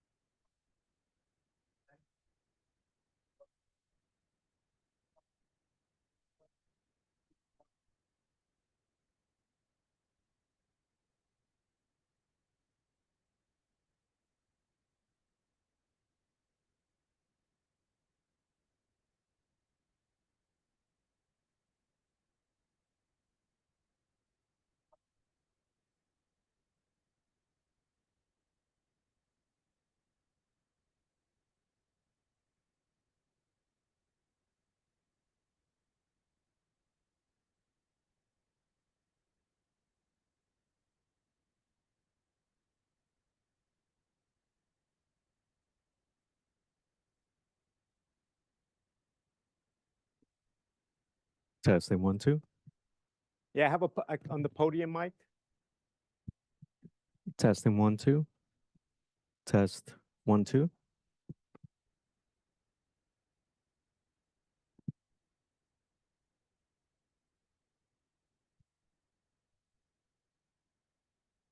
Test 1, 2.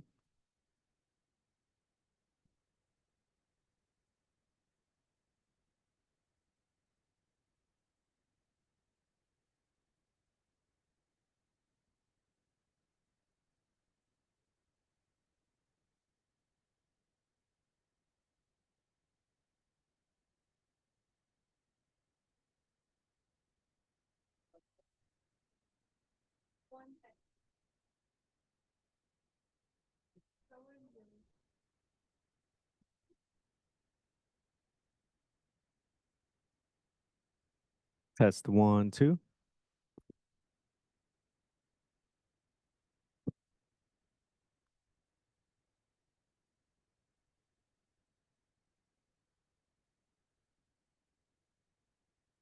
I'm gonna go hand off. These handheld mics.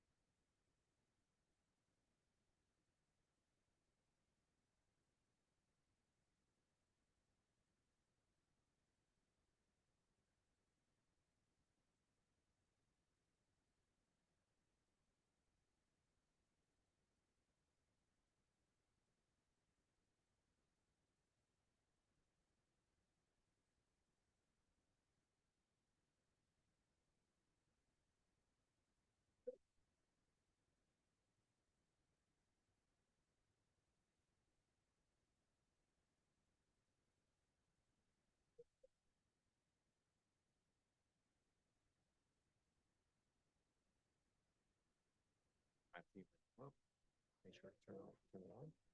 Try to find it in the pocket and just introduce yourself first. Welcome.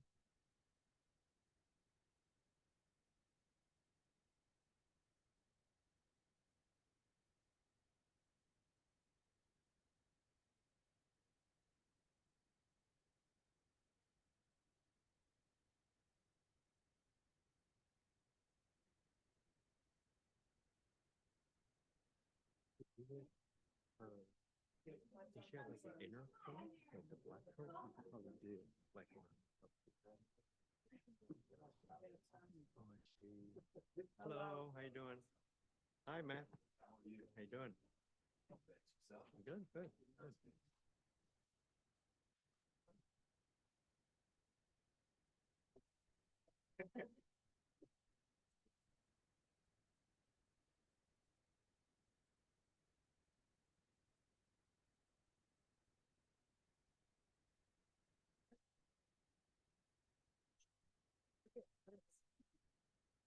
Yeah, yeah, you can do it there.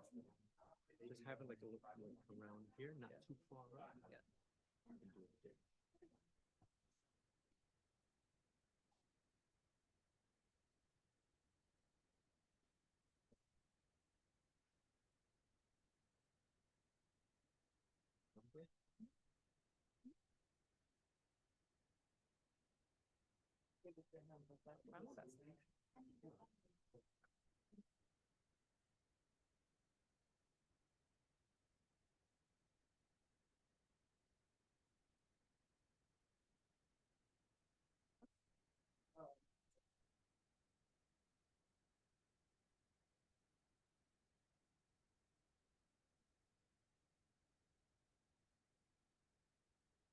Hello.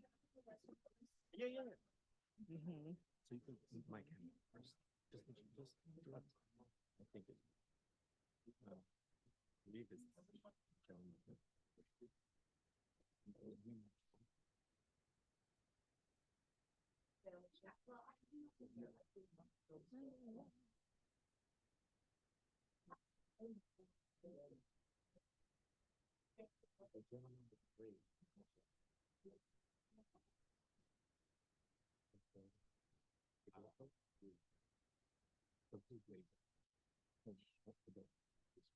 Yes, with the glasses, so. The other two were. So, she's going to the bathroom and the other one is still coming. See, I can both of the glasses. How you doing this week? Good. Pretty good Monday. That's well said for Monday. Yeah. You know, happy Monday. So it goes. We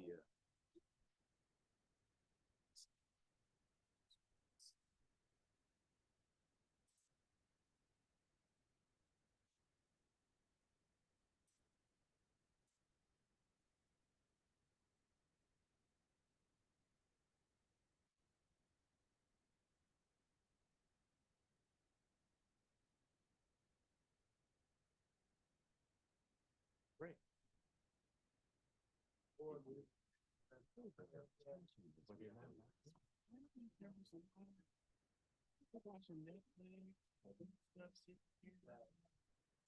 I mean, I thought last week the conversation was interesting. So. It was interesting. I think so too, but I think it was the Lord. It was the first sort of just great presentation. Yeah. Speaking so that also just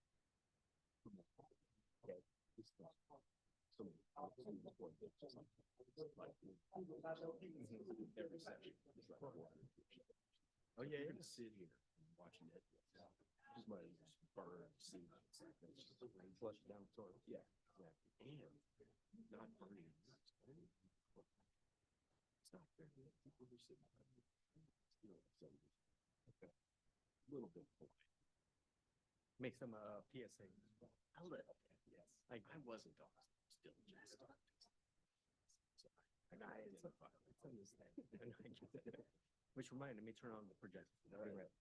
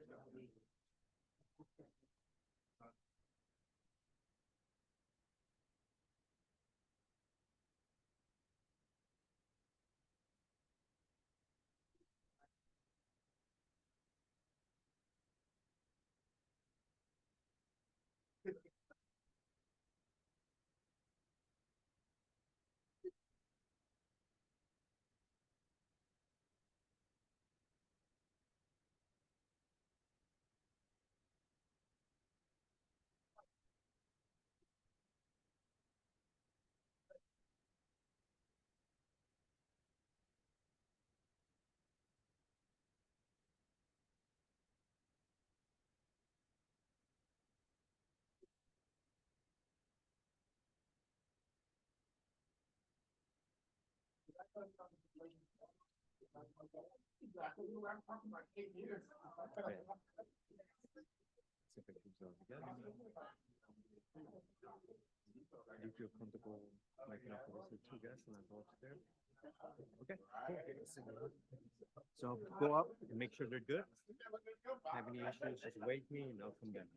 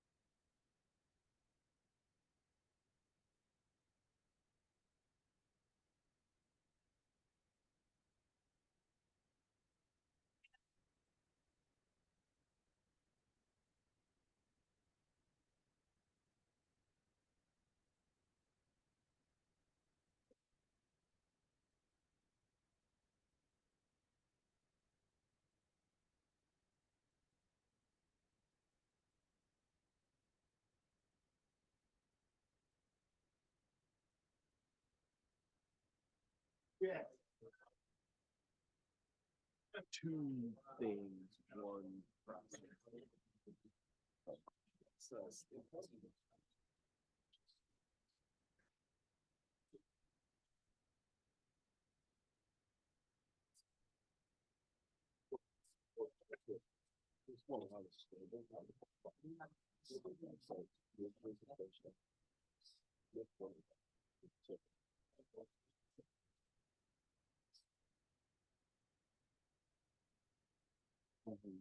So I'm gonna start. So the people who are here that's working.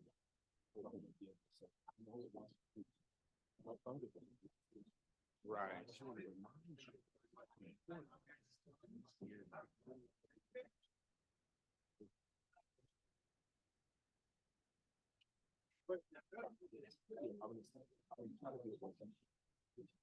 I'm glad you're playing it. Oh, I'll pass the baton to me. I'll be good. And then the other thing. Also, yeah. So I might give you like as a reading to just say, I want you to introduce. I can invite. Yeah.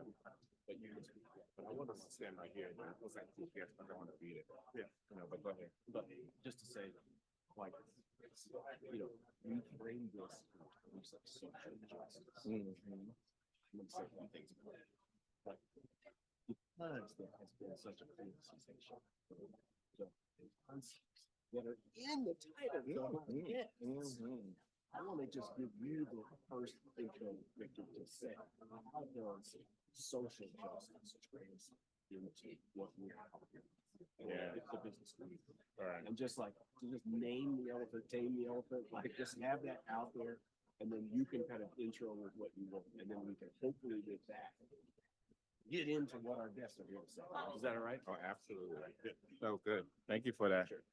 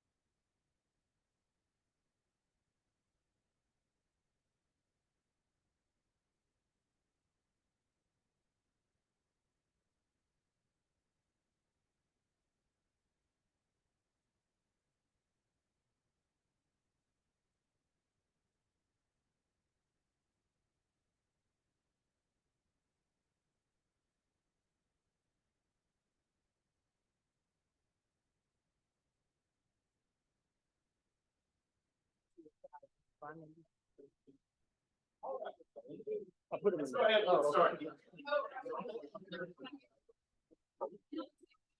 It's 5:15. Oh, that's fine.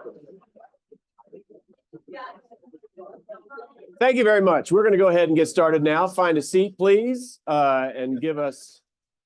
Well, they turned the microphone up on me. Hello. Good evening. Welcome. Please come in and sit down.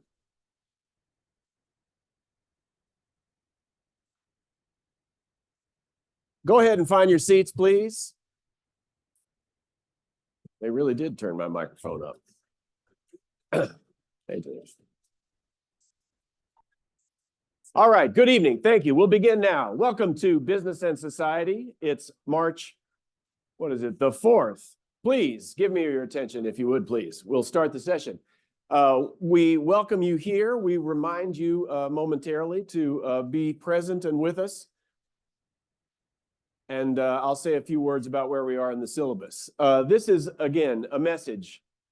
People, none of you were here last week. Some of the people who were here last week were struggling to focus their attention on the speaker and on the presentation last week. So I sent out that message on Friday just to remind everybody how important it is to stay focused if you want to learn. And again, the things that we are here talking about, we could talk about a lot of things. There's a lot of fun things to talk about. We've chosen to talk about these things because we think that these are the things that if you talk about them and listen to other people talking about them and get good at talking and thinking about these issues that we're discussing here, then that is what positions you to be leaders in the field of business. It's not just idle talk. We're not just blowing hot air. We're talking about the things that are most important to talk about, the challenges and opportunities that face business in its relationship to other societal institutions. And in order to do that, people, you gotta pay attention. You gotta stay with us and pay attention. People watching online, I encourage you to do the same. Be here now. That's the first message. Last week, we were talking about an important issue, climate change, how to the future of climate resilience should be dealt with by the financial services industry. We introduced the United Nations Sustainable Development Goals as the framework for understanding the challenges and opportunities associated with business. Tonight, the question is another incredibly important challenge, opportunities associated with that challenge. The opportunities and challenges associated with creating a socially just workplace. And we have one of the philosophers, now deceased, but one of the philosophers in the contemporary history of philosophy who's thought most carefully about that, John Rawls, on the syllabus for you to understand more about what it means even to say, what is justice, a socially just workplace? What does that mean? But again, these are the Sustainable Development Goals.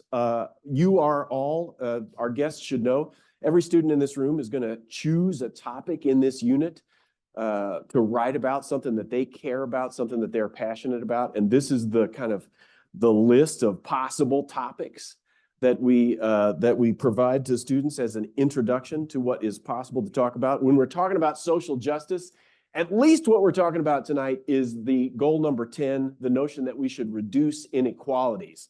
Now, this is how goal number 10 is defined. The whole thing about these Sustainable Development Goals, there are 17 of them.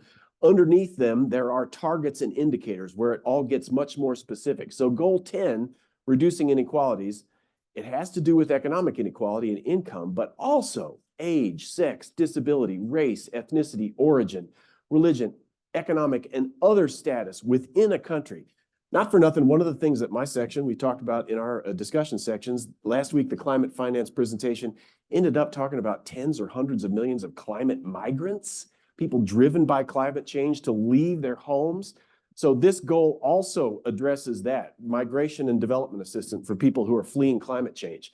So already, what we're talking about tonight, Dean Victor Mullins, it has to do with reduced inequalities, but another goal, gender inequality, right. It has to do with, because it's economic inequality, decent work and economic growth. It also has to do with the climate migrants who are being driven away from their homes.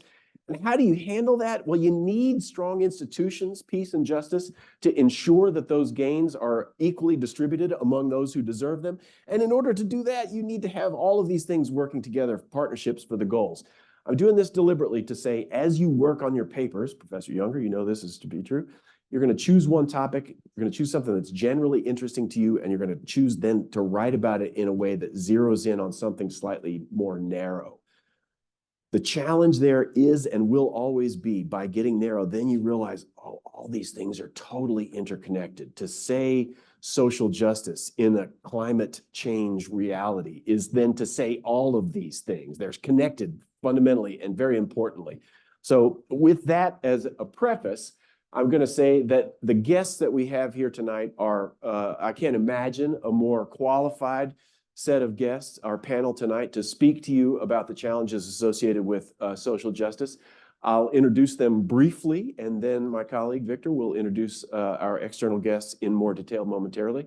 But since I mentioned him, I'll do that first. Dr. Victor Mullins, our Senior Associate Dean for the Office of Diversity and Inclusion here at NYU Stern, will be joined here with me on stage by Kimberly King, who is the Vice President for DEI at NBC Universal, and Marion Brooks, Vice President and U.S. Country Head of DEI at Novartis Pharmaceuticals. Please, people, join me in welcoming these illustrious guests to the stage. Please, come on.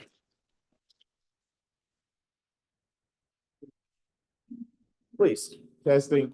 I'm just testing. I'm good. I can take it from here. Okay, because some of y'all was talking. I just want to see if y'all was hearing what he was saying. So we're just gonna have a moment of testing your listening power. Now, before we do that, I want you to put away your laptops. You know you're not taking notes on what I'm saying and pretending. So I'm gonna be walking around the room too, to be looking at your eyes. A lot of talking in this section. I gotta set the atmosphere.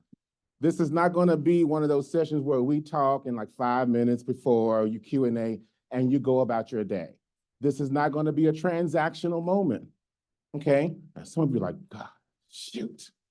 I thought I was gonna get away with stuff, all right? It's going to be interactive. You are at one of the top business schools in the country. I know that because I used to work here about 25 years ago.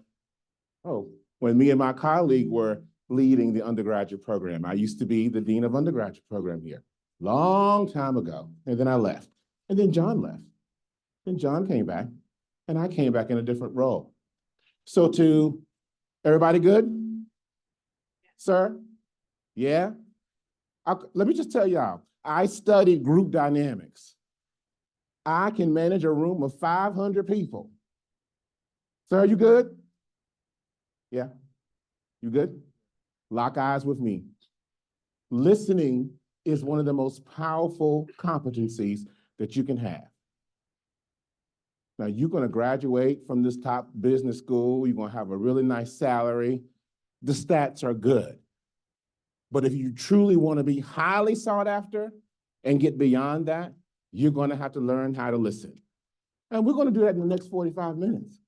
Because there are going to be moments when I'm going to stop and just see if you were paying attention. Now, let's just start. What did Professor Statler just say to you? Anybody?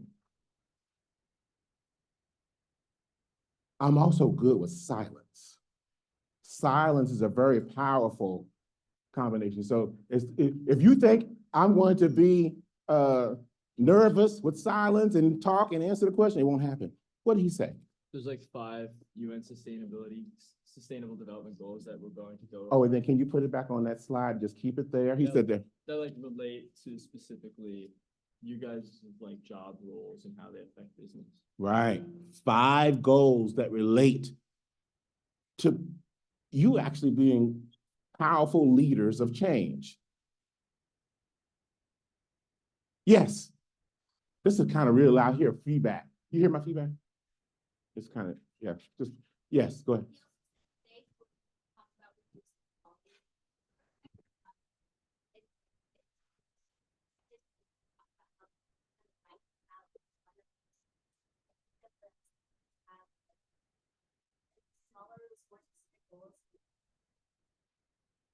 Y'all listening? Okay, you covering up for your class.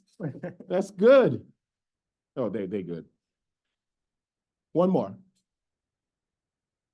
Yes.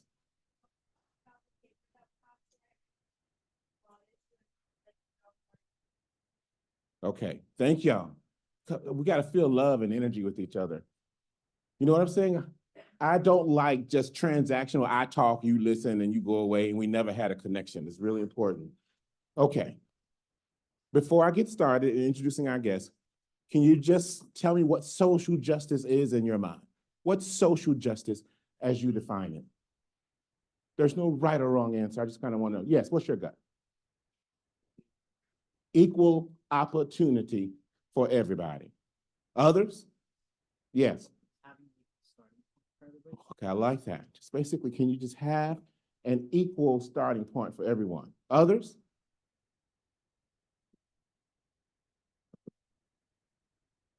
Where? I can't see. Oh, hey, let's see. And this is, do y'all know he's a poet? Do you have some poetry for us? A powerful poet in your class. But anyway, so what does it mean to you?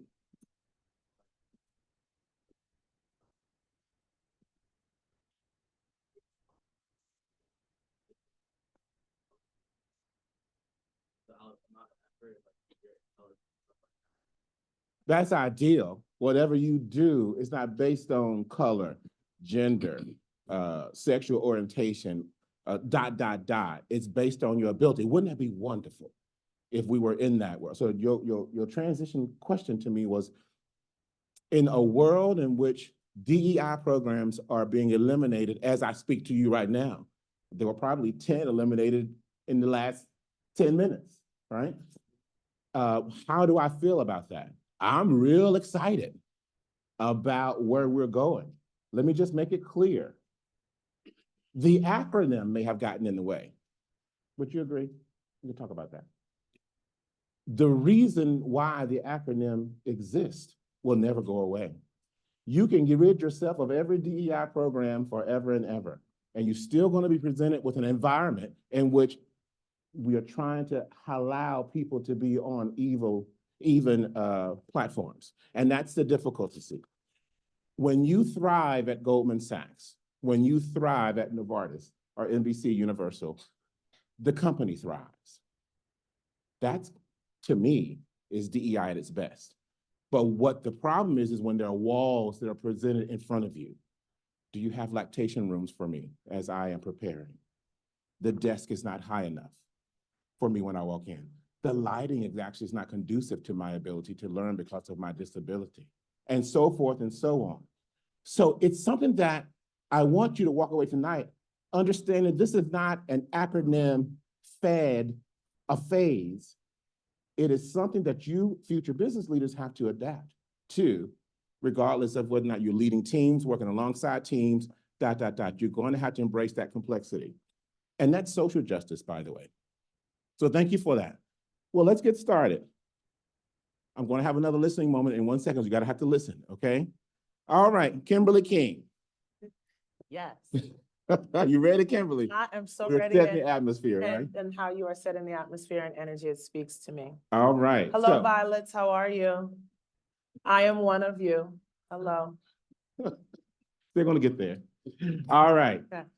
Kimberly King brings over 2+ decades of vibrant experience and marketing to her current role as Vice President of Diversity, Equity, and Inclusion at NBC Universal.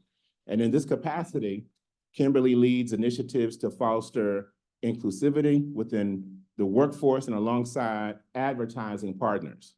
So previously, she served as the Vice President of One Platform Marketing, Creative Partnerships at NBC Universal, orchestrating full funnel initiatives that maximize the impact of Comcast, NBCU, and Sky assets. Her journey in the media and entertainment sector began at BET Networks, where she spent nearly a decade in various roles, including Senior Manager of Brand Solutions and Integrated Marketing and Marketing Manager of Integrated Marketing. How many of you are marketing majors? All right, marketing majors. 2? Okay. They don't even want to raise their hand. 3 marketing majors. So the ability to network with someone like Kimberly King, those 3 who raised their hand, because there are only 3 marketing majors in the room, come and see Kimberly after. That's what networking is all about, okay? See, the thing about it is when I ask you to raise your hand, you're not doing it for me. I'm good. You're doing it for yourself. I want you to just be ready to empower yourself to be better. So how many marketing majors are there for real? Okay, 9. How many undecided? Okay, that makes sense. I just want to see, because I don't want to pressure you to pick what you want to do. Got time to do that. Okay. So she actually also directed strategic development for acclaimed events like BET Awards, BET Hip Hop Awards. Additionally, Kimberly founded BG Unlimited Incorporated, which is a branding consultancy serving music, media, content creators, providing leadership to high-profile clients such as Essence Magazine and Sony Music. And listen, I'm very happy to tell you that most recently, Kimberly was selected as a She Runs It 2024 Working Mothers of the Year Award recipient. Give her a hand for that.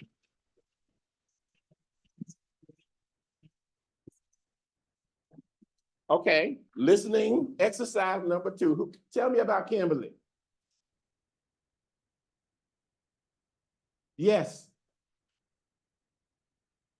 Okay, she NYU, Violet. Yes. Yeah, what else?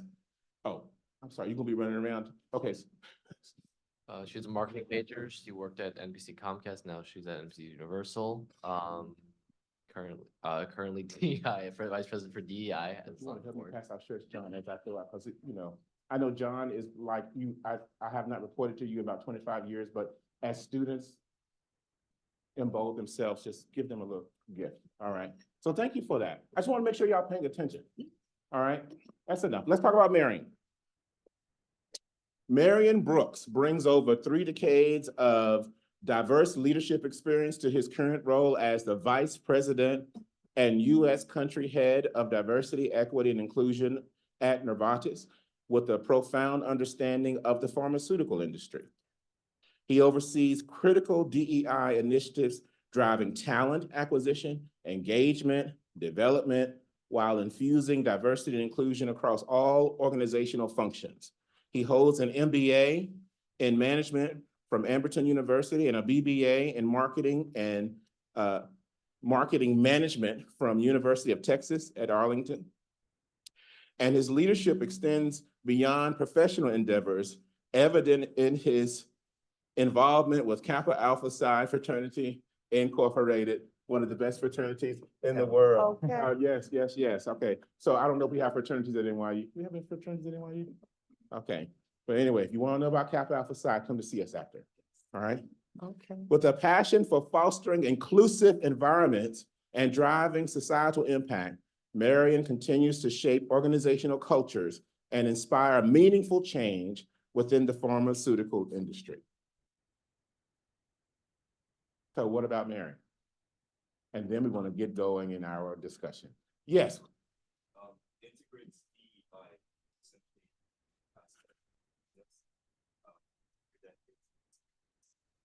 What's your name? What's up, Nick? Nick, are you, oh, and you're not even reading, and you're thinking about that too. That was a good one. One more.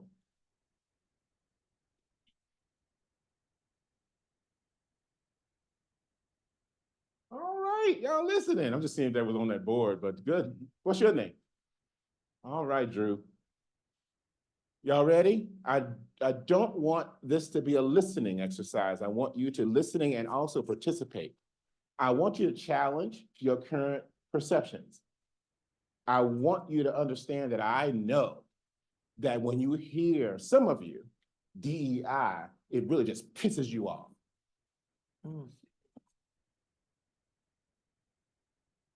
How many of you feel that way? Don't be afraid to raise your hand. This is a safe room. Okay, it's not safe. You don't trust me right now. But I do know that it does. When I was asked to be DEI officer when I was dean of undergraduate at University of Maryland, in my 8th year of leading the business school, my colleague, who was the dean of the Smith School of Business at the University of Maryland, called me in. He was a good friend of mine. He goes, "Victor, I want you to lead DEI." And I said, "Are you crazy?" Absolutely not. I actually said it I gave him some other words. I can't say those words now. But I said, "Are you crazy? It gets no respect whatsoever." I also asked him, because he's a good friend of mine, and I said, "Are you doing this because I'm Black?"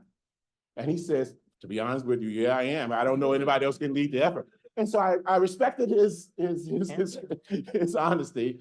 I said, "Alex, I don't know everything. I don't even know what DEI is." So I want you to know, to be honest with you, I get what some of you are thinking. And then when our dean, a year or so, dean here, and I chatted and I found out his leadership style, I said, you are a dean and a leader that I've not met in many years.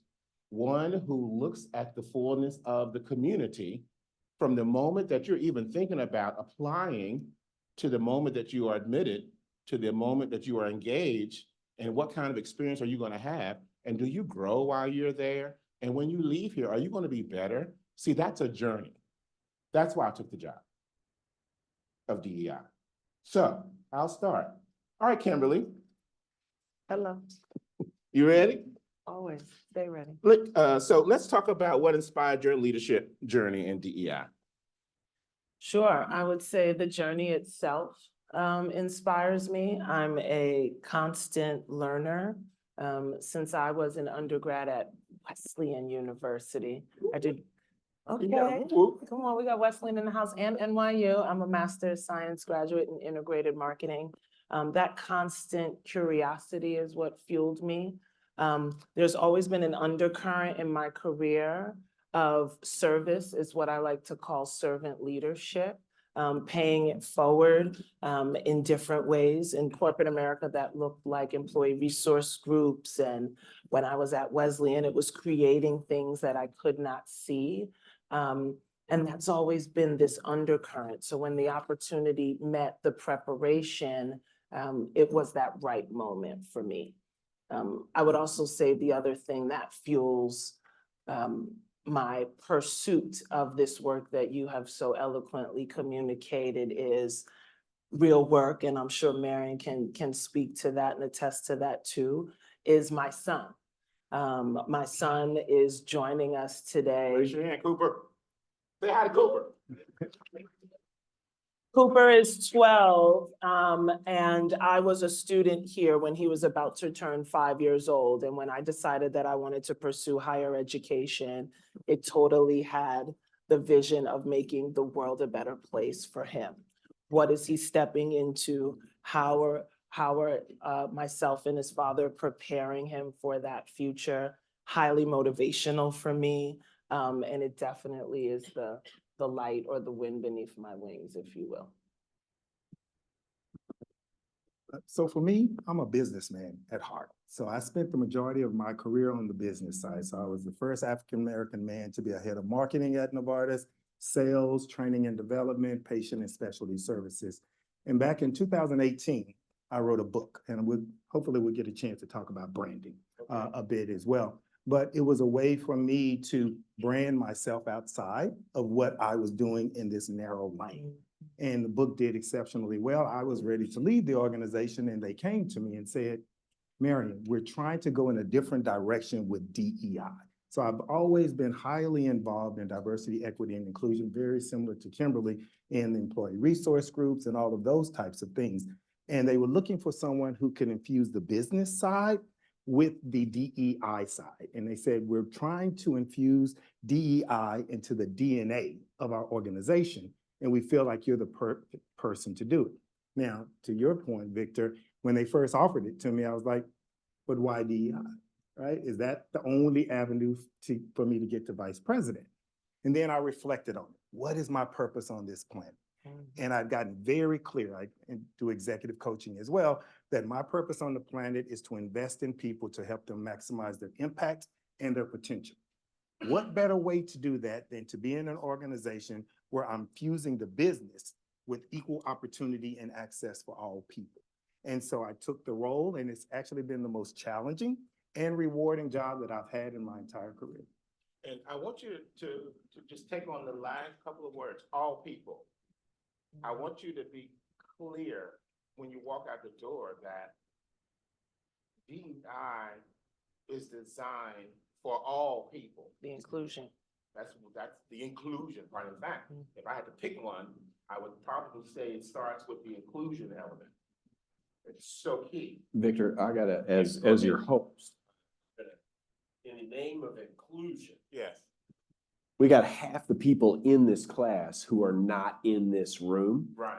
And Victor, if you take your microphone off, I'm worried that they might they not can't. be able to hear. So up in the booth, you might not be able to hear, but we're getting feedback across mid-range and low-range frequencies.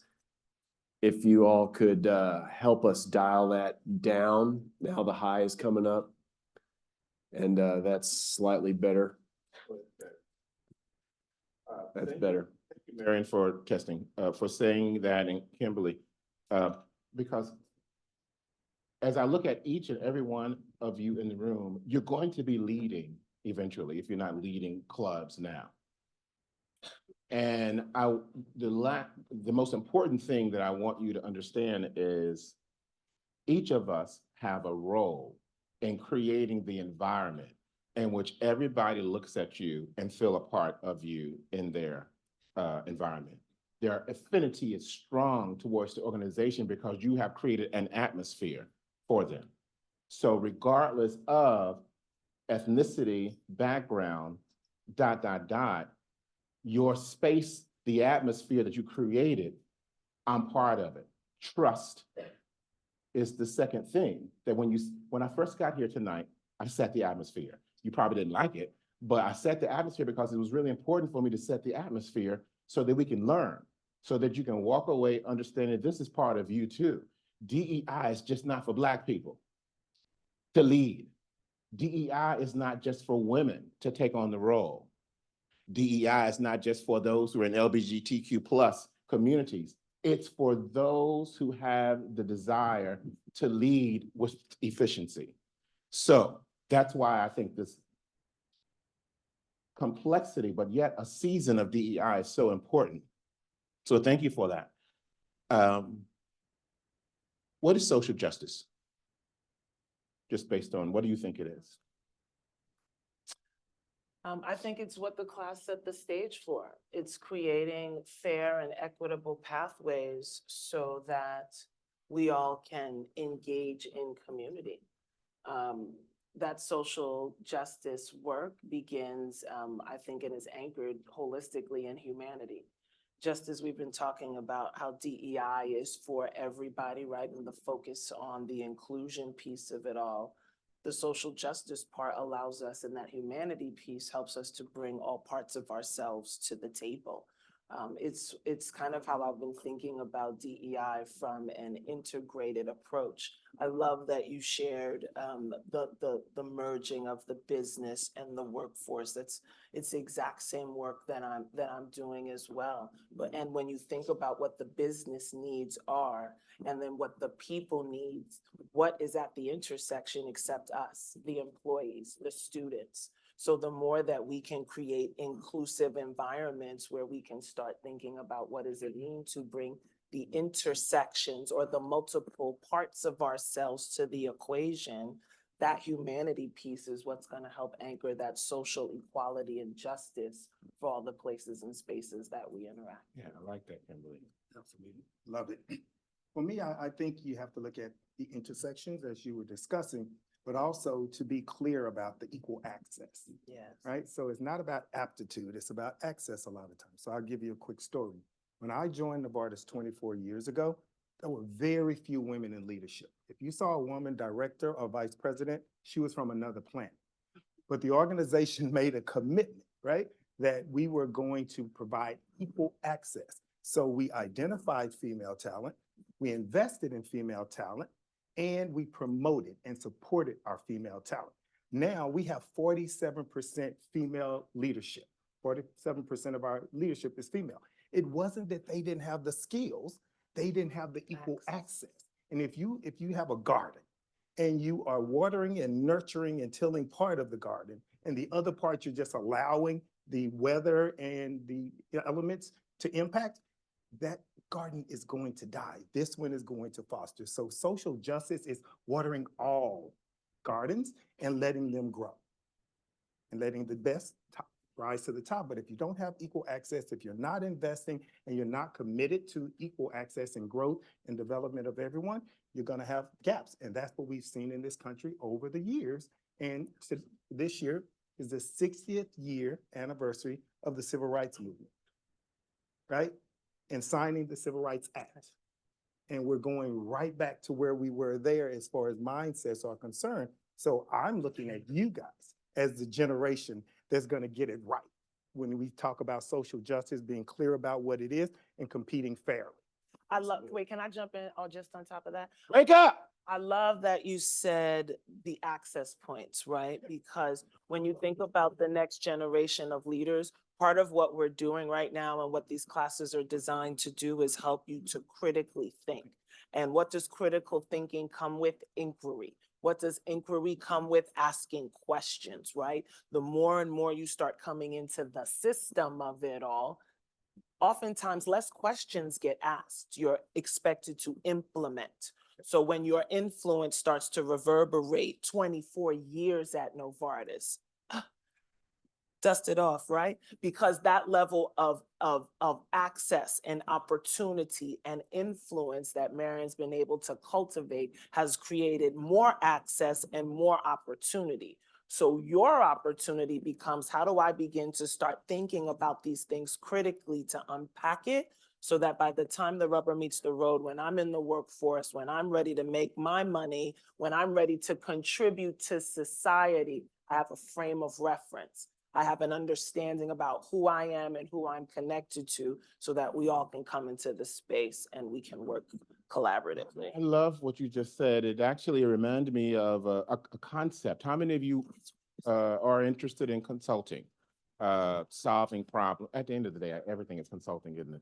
Everything's marketing as consulting, yeah. A couple of years ago, I got together with some colleagues from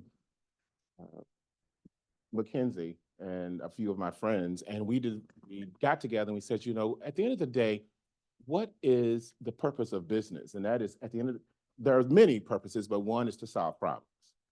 So what you just introduced, Kimberly, is the element of a complexity of DEI. So we're going to spend how much time do I have? When are we over? Okay, because we're going to open it up for discussion, but I kind of want to have a moment for you to think about this. What we are doing is what we came up with a couple of years ago. We created this fearless concept. Everybody say fearless. Fearless. So we talked about the element of if you really want to be highly sought after, you have to be able to work with people and solve problems and doing it in the most efficiently way. And so think about the F in fearless. You're framing the problem. That's the critical thinking. We're doing that right now. So in a second, I want you to help frame this concept of social justice, DEI. I kind of want you to stop and think about what are we dealing with right now, okay? There are no right or wrong answers, or else we wouldn't have DEI officers, okay? But because you're smart, I want you to help think this out, framing. The E is examining. What do you think the A is? Just real quick. Analyzing. Oh, you already got a shirt. All right, good. Analyzing. You can't run away from analyzing, correct? Resolving. But in your spirit of resolving, the L, what do you think is the most important thing that you have to do? I just told you when I first got here in the room today. Listen, all right? NYU, right here. Can you wake up your friend right there? Yeah, wake up. Listen, everybody look at me. I would rather you leave this room, slap yourself on the face, get you some water. I don't care, leave the room. I don't like sleepy people. I'll get you, all right? So leave. I'm good, I'd rather deal with 10 people and you're listening to me than to see somebody like this. That's really irritating to me. I told you, I'm looking at the whole room. I like the energy of the room so far, except for the sleepyhead, all right? Listening, and you can't listen really until, what's the E? It's a verb. I know y'all thinking. No, but it's connected to listening. No. I like that word. It's connected to listening. When your clients cry, you're gonna cry. But turn it into a verb. Empathize, framing, examining, analyzing. And as you're resolving, you're listening to your people, you're listening to your clients, The two S's, it was very hard. We'll probably have to revisit it because no one ever gets them. But it's, what do you think the S's are? Just see if you get them. That's really good. No, that's not it. That was a good one though. Setting expectations with your people and your clients and your team. Why is that important? You actually can deliver bad news to your clients, can't you?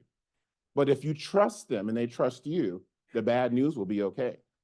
And this the last S is socializing, because we don't have time to go through all of it. It's karaoke, which I love. I love karaoke. I love golfing. Y'all too young to drink, but socializing is also drinking tea and coffee, all right? But you socialize so that you can develop the trust, so that you can deliver the news, and that's where the deals are made. So when it comes to DEI, take a 2-3 minutes, and I want you to think out loud, why is this so complicated in a world in which we really should be just basically creating space for everyone? Why is this complicated? What's the issue? Let's frame it. Go ahead. Stigma. So talk to me about that. Yeah. I feel like perhaps when communities that aren't given access to certain resources are given those resources, it's seen then as an unfair advantage, when in reality it's creating equity. Right. So you are trying to level the playing field, and then somebody else like, that's unfair. Somebody did the reading. That's right. You sure did. Okay, that's a good start. What else? Yes. You have to like manage the disadvantage. Like you have to manage the problems that face all disadvantaged groups. You can't just address like one or another at one time, since as you said, it affects like religion or sexual orientation, sex or race, and like a variety of different factors. Yes, you have to manage it all. And as you manage one, something else pops up, right? Affirmative action, the case was decided. Why do you think that case was decided based on that? Why did they vote to remove the elements of race from the admissions application? Let me set the atmosphere for, this is a trusting environment, okay? We have to talk about this. I know it sounds uncomfortable, and some of you are like, I ain't gonna raise my hand and get canceled, all right? Please, let's operate from a spirit of, you will not get canceled, all right? We love each other, not in this room, all right? But this is the problem with why we are in this issue. You're smart, you is important, no, just kidding. But you're not opening up when it's uncomfortable. And I tell you, if you're able to navigate the uncomfortable topics, this is not about me teaching you. It's about you learning so that when you're in your residence hall and you get into the topic, you're not gonna run away, you're gonna deal with it. All right, so why is it complex? Somebody here. Oh. Yes. Hi, so I'm just responding to the previous question. So why they kick out some elements like race? I think the purpose is that they can provide a equal ground for everyone. So if we take some elements like race, it is kind of emphasizing on a single side and not emphasizing on, everyone have the same ground and to be tested and to have the talent to be, to be discovered. Because from your point, you're saying you're centering on just race. Yeah. And you're using that to make all of the decisions. Not actually using them to make decisions, but actually included what they see from the problem is kind of being too single-sided, not instead of like being very inclusive. What do you think? What do you think about that? Because I get that point. She's basically saying, well, the case itself, you have decided that you want to make decisions about race, and in Harvard's case or North Carolina's case, you're going to admit the Black people because they're Black, and in their minds, the people who are filing the lawsuit are saying you're going to reject Asian people because they're Asian. And that's kind of like the element of the gist of the overall. Now, the element of race that you brought it up is that fair? Well, if done incorrectly, no, it's not. But that's why listening of the history, that's why you can't erase your history. There was a reason why affirmative action actually was designed. Affirmative action just didn't pop up. It was because of all of the social justice things you mentioned when you were at the beginning of this conversation. So thank you for that. What's your name? Because that actually is the beginning of the element of, it's unfair for you to say this one element of this person should be designed to provide access. But what do you say to that? That's complicated, isn't it? I would lean into piggybacking off of that. It's almost like proximity, what I'll call proximity bias, right? So we've moved the needle a little bit further down the line, and now it feels like reverse discrimination. So the new opportunity becomes, right? And I felt like when I read the assignment to get to this classroom and this discussion today, I actually felt like I found so much language that makes me more excited about doing the work. Me too. And I think when I trusted what was told to me about what I'd have to do the work, I was fraught and I didn't understand. So the opportunity is to what I'll call expand the aperture of how we become more inclusive in our language and in our initiatives, if you will. How do we begin to get more people to come to the table and say, this is important for me, right? The flip side of that is that you're trying to engage people in new types of learning, because the one thing that is the epicenter of it is the data. The data that is primarily available is on gender and ethnicity. And now when we talk about expanding the aperture to be inclusionary, to be inclusive around it, we want to talk about those intersections. And guess who has to identify the intersection? You do. You do. It's called self-identification.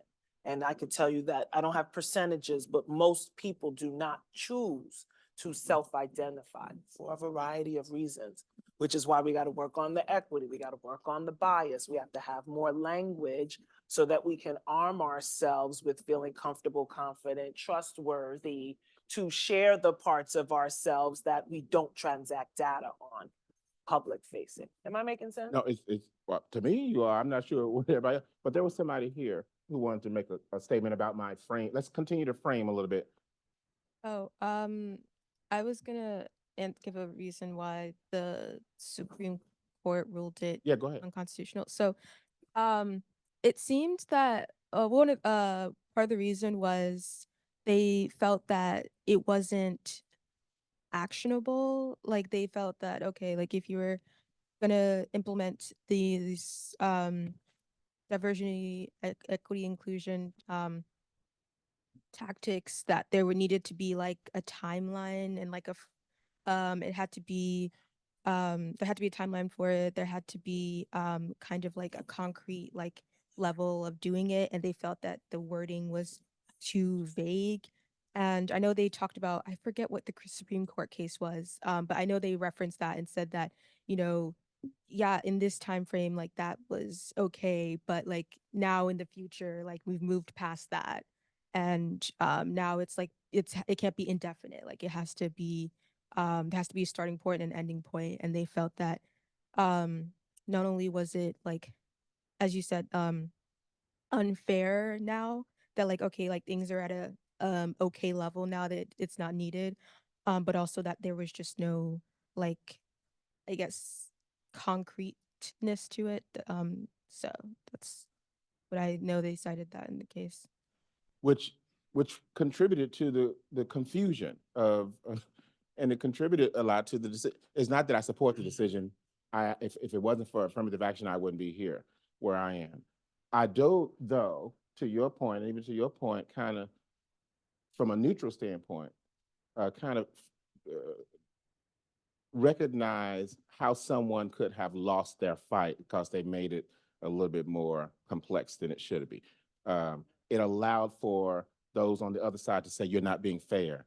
You actually are doing a double whammy. You're saying it's not fair. So admit these people because we created a process, and then you create another unfair process from their eye, from their perspective. So for me, it goes back to accountability and it being measurable, right? So if you think about the whole reason we had affirmative action, to the point you made earlier, it was to address an underlying issue, right? And I think if we put our heads in the sand and try to ignore why we established affirmative action, why we needed the Civil Rights Act and the movement and all of those things, and we haven't solved the problem, right? So if you look at the dissenting comments from the other justices, it speaks to those things. So that's why DEI is so complex. And when I started, I said, for all people. So when I think of DEI, white men are as much a part of DEI as Say that anyone again. else. White man, raise your hand. Say it again. I'm being very No, serious, white seriously, men. I say it all the time at work. I was like, white men have to be at the table. You have to be at the table. You have to be part of the solutions that we're finding. But when you look at business, this is the thing that people miss. They think what affirmative action and DEI is about what's nice to do or the right thing to do. Right. It's a business imperative. It's been shown over and over. We've even done the research in our organization. Diverse teams, they deliver higher revenues, they are more innovative, and they're more responsive to customer needs. So I don't care if it's a little league team or a major corporation, you want to deliver on those three things, right? But there's also research that shows that if you only have one woman or one person of color, and they've duplicated this over a long time period, one woman or one person of color in a candidate pool, statistically, they have no chance of receiving an offer. Not based on sexism, racism, homophobia, or anything. It's how our brains are wired. It's called confirmation bias. If you have four things that look the same, come from the same background, same experiences, and you have one outlier, our brain says, well, the best has to be one of them. Just by adding one more qualified woman or person of color to that candidate pool, it goes up to over 50% that one of them may get the job, because now it's based on merit and not confirmation bias. So that's why DEI and everyone being at the table and making sure if you're a corporation, you want to win. Because the research also shows that homogeneous teams, they outperform. I mean, the diverse teams outperform the homogeneous teams long-term. And if you want to be a sustainable company, especially these days, as diverse as our population is and is going to be, you're going to have to be able to do it. And when you say diverse, you don't just mean gender and ethnically diverse. You're talking about diversity of thought. You're talking about diversity of socioeconomic status, diversity of experience, right? Military, people with disabilities. We need everyone's perspective at the table. If you're going to find the best solution, you have to have people who have those different perspectives to bring it to the table. Otherwise, somebody else is going to find the best solutions. And guess what else you need? Strong leadership. And commitment from leadership. Strong commitment from leadership. Visionary and inclusive leaders and motivated teams to help you build those bridges. So if we're not at the top leading, guess what? We're on the other side. We're on the team building part. We're actively engaging in this work, because to get to what Marian is talking about, right? It starts with you. If it's not just for Black people, and it's not just for white men, or it's not just for insert, and it's for all of us, guess whose responsibility it is? Did you say you? Oh, I did all of us. Okay, I just wanted to. I did all of us in hand gesture. I was waiting for like this moment, like, okay, I didn't hear anything. All right, so I'm going to turn it over to you. I see some hands. I love the energy. This is your time to share your thoughts, ask questions, and we'll react to them. Yes. Okay, so I think I'm surprised no one's mentioned this before. I think she kind of like hinted at it. But like some concerns I've heard about like specifically it's specifically about this sort of issue, especially from the Asian communities, is that like if you put in place a system where you have almost like kind of allotted slots towards like diversity, right? Because if you want diversity, then you need to consider, race, and you have to consider like, that as a factor. Then it'll be more difficult for like Asian students, for example, to get into like college, because like we are competing with, who can be the best, Asian amongst our group to try and get into college. And I have two anecdotal examples. one more infamous, more infamous amongst the Asian community than the other. Like one example was, I think it was an Indian student who applied to college as a Black student. They put in Black as their self-identifier, and then they got in. Whereas when they put in like their actual race, Indian, they didn't get in. And then another example, just someone I know who amongst her group who got an intern, they were interning at Blackstone, 8 people around, and at the end of the internship, there were only 2 spots for like a return offer. One, well, she got it, and then the other spot was given to someone that their entire group kind of felt didn't really deserve like that spot, like in terms of like professional ability, in terms of attitude, and like a lot of other things as well. Like that person got it when there were a lot of other more qualified applicants, and it was very specific that that person got it because they were like they received the benefits from programs such as this. So yeah, and like even then, like when the people who got the return offer, usually you just go in and you're working, But this person, the company had to offer extra training, like well, they offered her the return offer on the condition that she would do extra training, just so that she could be a part of the company. Oh, no, stay there. No, because we're framing now. I thank you for that, because that's a typical scenario, isn't it? In several cases where you're trying to diversify your staff. You don't really, you've mentioned inclusivity several times. So let's stay there in that space. Why do you think organizations are making decisions in that manner? I don't want you to think about where it's wrong, okay? I want you to think, why is that happening? I'm not saying it's right or wrong, but why are organizations doing it that way? Yes.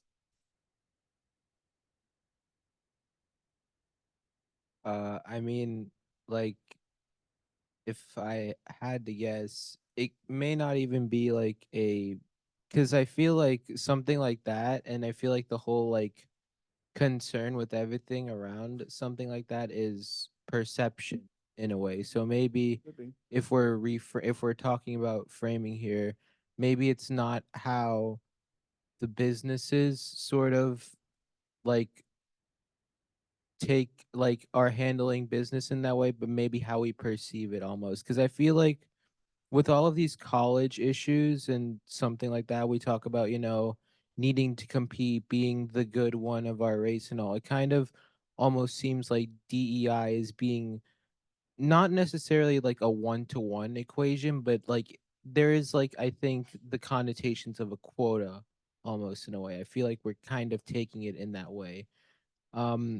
So I feel like that's kind of why we kind of perceive stuff like that, like people not being deserving in that regard, because we kind of equate it almost to a quota in a way. Right. And But thank you for that. I That's think good. I also had like a follow-up Go question ahead. to that is like, I guess, what do you think leads to this almost like perception of it being like a quota, even though we don't directly say that word? And I guess how, as like leaders of DEI, do we kind of get rid of that stigma in a way? And I'm glad that your question related to perception. And thank you for setting the stage, because it sets the stage for why we are in this complex situation right now. But go ahead. So at Novartis, I can say this without any question, we hire best talent. So we're not bringing someone in and we have a talent pool and we have someone that's not talented that we're going to hire because they fit a demographic. That doesn't serve the community they come from, and it doesn't serve the business. That is counter to what we represent. I think the thing that we also have to look at when you were saying about quotas and numbers is there's a census data that comes out that shows corporations, job titles, levels, and available talent in the United States based on the demographics for race as well as gender. And when corporations can consistently show that there is available talent out there that is Hispanic, And other organizations and companies are able to identify and recruit and hire that talent, and you can't. That's where you have to start saying, are there biases in our system that are preventing us based on perceptions, stereotypes? I'll give you a great example. I'm gonna go total off, but I'm gonna be very honest. Off is good. Back when I was in sales, I'd been in sales for a long time. High producer, my teams finished #1 all the time. I met with a mentor, white male, great mentor, by the way. So I'm gonna preface by saying that. And he said, well, what do you want to do long-term, Mary? And I said, I want to be a head of marketing at this company. He said, there's never been a Black man to be a head of marketing at this company. I said, I know, and I want to be the first. And he said, it's going to be challenging for you to do that because you're African-American and marketing is considered the strategic arm of the organization. And within that segment of the company at that time, they're all gone now, Black people are not considered strategic. And I took a breath and stepped back and I was like, breathe it out. And so I started rattling off all the things that I was doing that are strategic and how I was running circles around and redesigning the marketing plans. And that's why my team was winning. And he said, stop, Marion. You're preaching to the choir right now, but we have to change the perception. So I did a lot of work to just deal with this big fat bias that had nothing to do with my ability, nothing to do with my skills. It had to do with the perceptions and the racist lens of this group does this well, this group doesn't do this well. So when you think about the big picture, you have to take all of those things into accountability.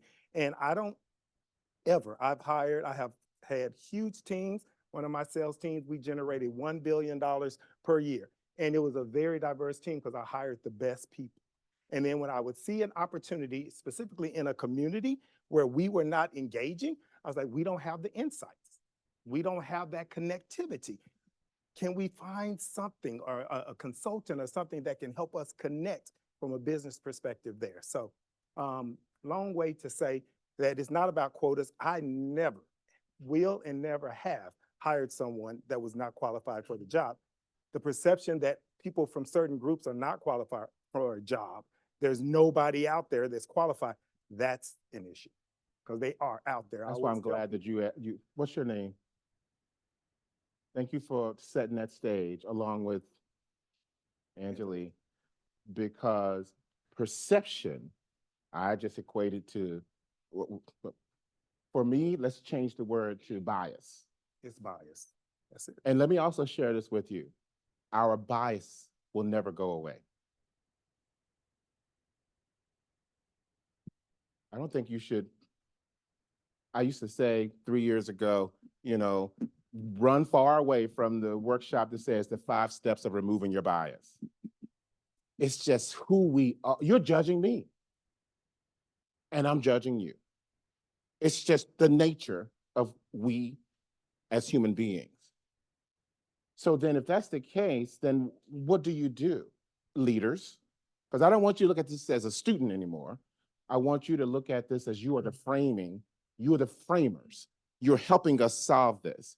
You recognize that there is a certain way you feel about certain things, and how can you take that and still be your best leadership self in your organization? That's the challenge.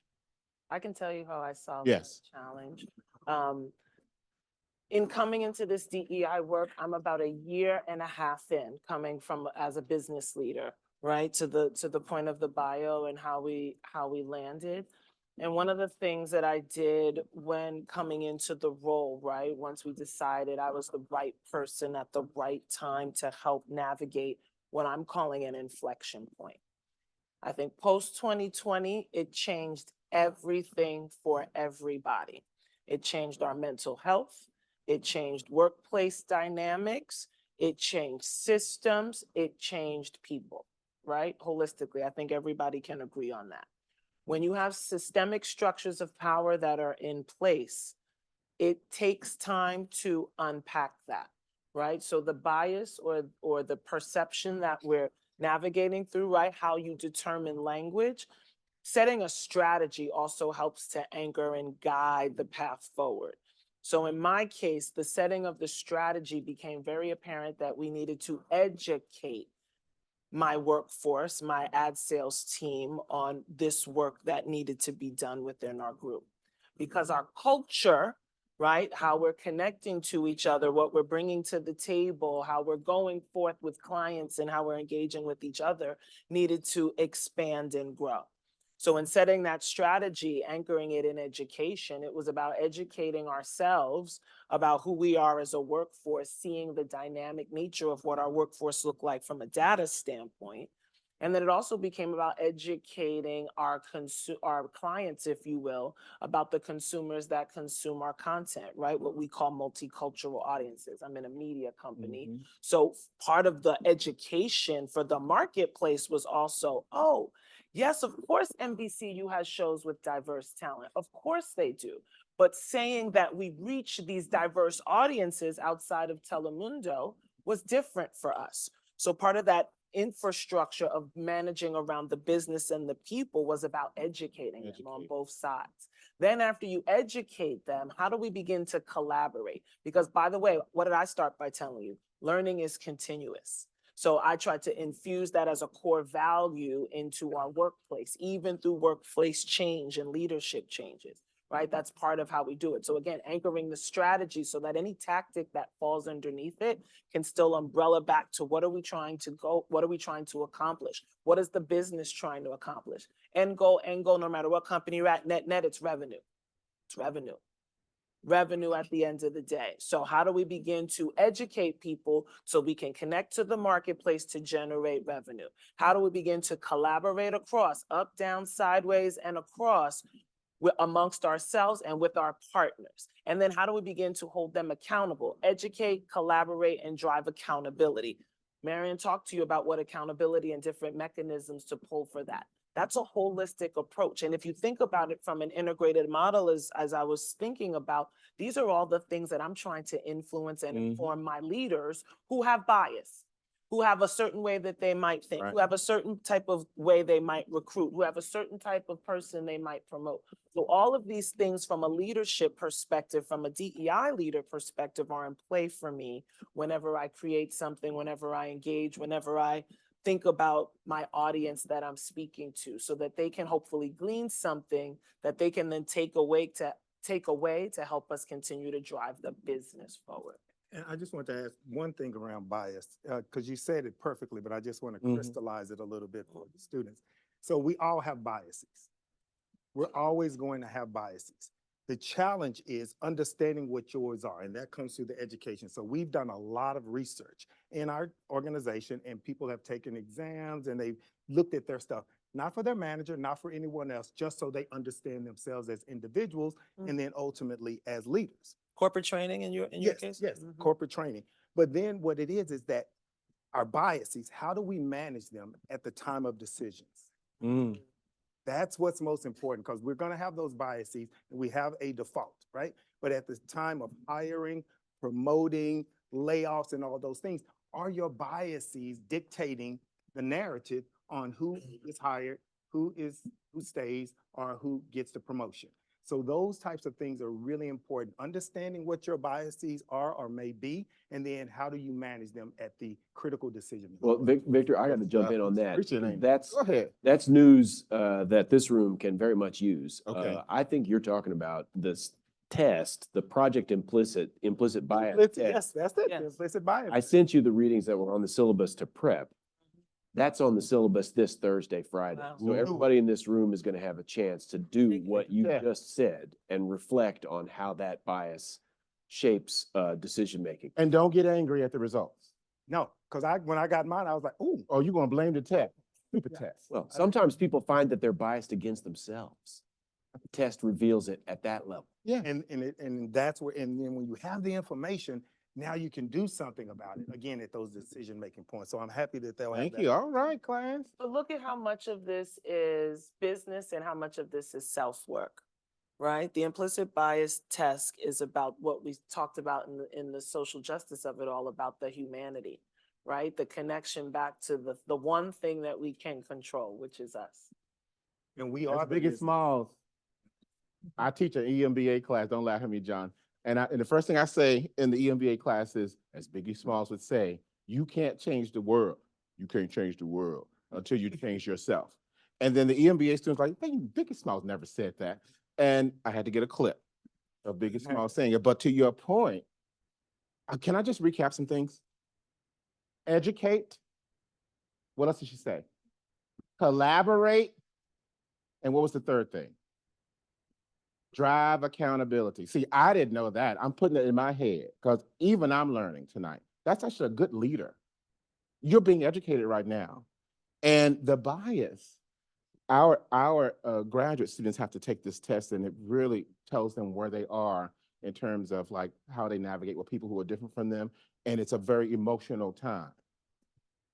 And it works like clockwork. It moves from pendulum of I'm here, and then moves from the other, like, I'm an attorney. How dare you tell me where I am, and I just got here on day one. And the element is when you feel certain ways about how tests or what have you, it has nothing to do with us. Like, for example, walking into this space and you are looking at us, and first of all, I feel some of your energy. First of all, you're really good tonight. Thank you so much for that. And I feel great energy. But some of you actually are looking at us in a way like, why don't they hurry up and sit down so I can go? And I say to you, it's not about us. One of my mentors told me that whenever you get angry about something that somebody did to you, it is more about you and less about them. So when you have thoughts about what we're talking about, the very first thing that I say to the MBA students on step one of what you have to do to be a good leader, because they're already CEO types, is you have to introspect. Now, how many of you meditate in the morning? You know, in different kinds of ways. How many of you spend time with yourself so that you can actually ask yourself, why did I feel that way when somebody said something? Because you're not going to be able to have the conversation tomorrow about, hey, you said something on my team, and I just want to just assume positive intent for now. And see, can we talk about what you mean by that? And you can't do it. And right now, we're not living in a world like that right now. We're living in a very polarized place. So that if you say, if you don't do this part, you're not on my team. And what I wish for each of you is not to be the student, but how can you facilitate the dialogue where people are walking away feeling like, well, we didn't resolve the issue, and that's not the goal. I want to be able to get inside your head for a second and understand why you believe what you do. And I want you to just be quiet and listen to me too. And if all we do is say thank you, let's just call it a day for the day. You know, one of my best friends who was at the Smith School, when I became DEI officer, I did this, you know how dramatic I am. I want to do something real dramatic. So I went to all the faculty who were out and I said, can I just do this fascinating email where I have your picture and I want you to tell me you're in finance, you're in operations, and why you are proud to be out. And there was so many professors who actually just fell into, yes, I'm gonna do it. So that was my first DEI thing. Nothing but love, except for one. And this is a very powerful, powerful professor. Like, I don't even call his name out because I feel like you might know him, a book that he wrote, what have you. And so he emailed me and says, don't ever send me this SHIT again.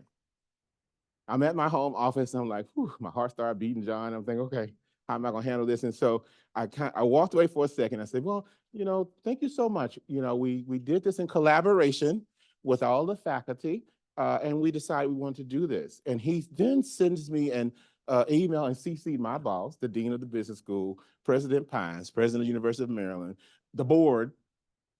He CC'd everybody. This is what you don't do. I didn't introspect. I didn't figure out like why is he doing this? And so I actually reacted. I took my phone and I threw it across the room. Don't do this. Don't do this. Okay, just telling you don't do it. And I started reacting like, just because you emailed me in front of President Pines, hey, President Pines, you know, I was just being very facetious. I'll see you at church next Sunday because I go to church with President Pines. And so I'm just being kind of real facetious, and I'm thinking I was getting him. And I was saying things, and he was saying things to me. My phone was ringing. It was my boss, and I just wouldn't go over to pick it up. And then I finished. I felt good, and then he actually then kept ringing. I picked the phone. I said, private day. He says, Victor, I'm not going to yell at you. I'm only going to say this: leaders lead, and that's when it got me. I actually started crying, not because I lost a moment of leading. And then I got mad again after I cried for a second. Then I tried to say, it's his fault. And he says, what I want you to do is I want you to go out for a drink with him. I said, are you crazy? I am not, And so he says, just for me, please. And so we went out. We had one drink. We didn't get drunk. And I said to him, I'm going to listen with my ears. I'm going to listen with my heart. And I'm going to listen with my eyes. It actually drew him crazy. Like, what are you talking about? And I said, I just want to listen to you till you can't. Because he had feelings about LGBTQ plus community. It's who he grew up. It's how he grew up. And so I said, I'm going to listen. I listened to him for an hour. And it was hard. There were moments when I got into his head and I said, I kind of get that. And then there were moments like, no. And I didn't interrupt him. But I wanted to just like punch him. Seriously. And then I'm thinking, okay, no, I'm gonna let him talk. And then he finished. And there were moments where I said, okay, I kind of want to see where you are. Most of you I don't agree with. And then I said, it's my turn. And I said to him, he let me talk. I didn't talk for an hour. And then we were done. I said, I think we should be done. And subsequently at faculty meetings, when I would say something, he would step and say, I want y'all to listen to Victor. He's one of my best friends. I can call him right now. He'll come and speak. Does he agree with 95% of what I? No, we still fight, but we fight respectfully. And all I'm saying to you is, don't look at this story as a student. Look at it as the next time you're in spaces, because you're going to be in spaces for the rest of your life on this. How are you going to be accountable for taking the leadership role of trying to navigate that dialogue? Because as soon as you go home, something's going to come out. Are you going to remain silent? Or are you going to sort of like, okay, I got to use my platform? Or are you afraid? All of these things I can't solve for you tonight, but that's the element of how are you going to contribute to creating a socially just environment? That's the key.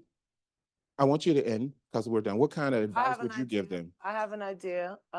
Just even piggybacking off what you said, something that you can do actively now is use your voice. Be an ally. I think many times we affirm ourselves in our head, but we don't say the thing out loud. You have a classmate that made a good point.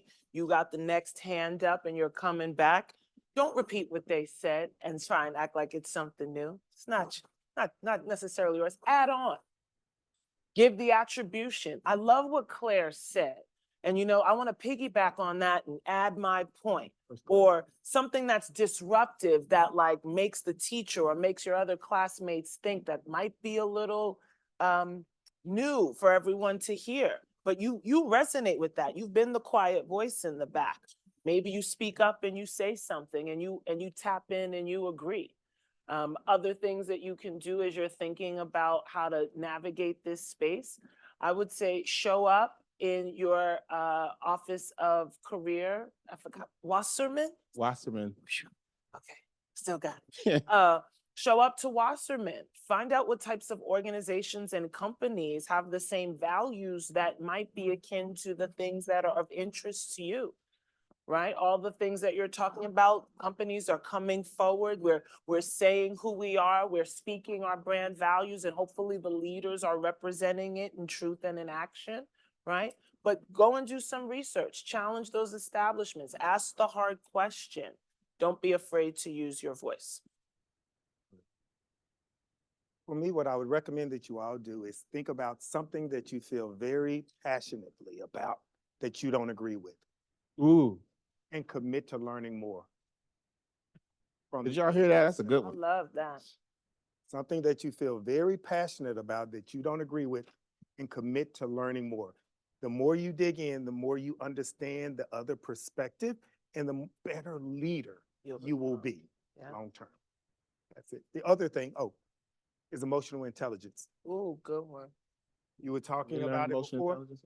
Go It ahead. is the key to success. 80% of your success is going to be based on emotional intelligence, only 20% on IQ. Think of it this way. There are a lot of smart people out there, but not a lot of emotionally intelligent people out there. And you will navigate around people so much more effectively if you're emotionally All of you.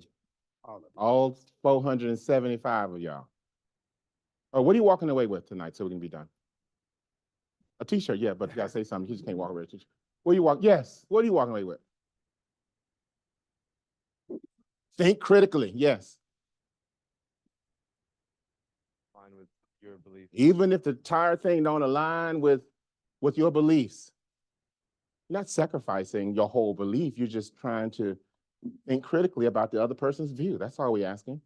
What else? Yes. Oh, that's a good one. That's a Learning to listen. How many of y'all in a fight and then, you say something, they say something, but you raising your hand before you even a person? That's not listening. Learning to listening. Let's active listen. Active listening, yes. Understanding where people are coming from, yes. To like know that like DEI is more than just like black people, is actually like about It's more than black people. It's about like all of like everything and inclusiveness, and it's bigger than like what it seems to be. That's right. What else? Yes. I see you. That white people should be at the table when discussing What? DEI. What you say? White people need to be Absolutely. at the table too. I was giving you two shirts. Not effective without it. Because Yes. it's everyone's responsibility. Everybody, yes, in the back. We're all part of it. The importance of intersectionality and We didn't get to talk hearing about that, but yes. different perspectives. Yes.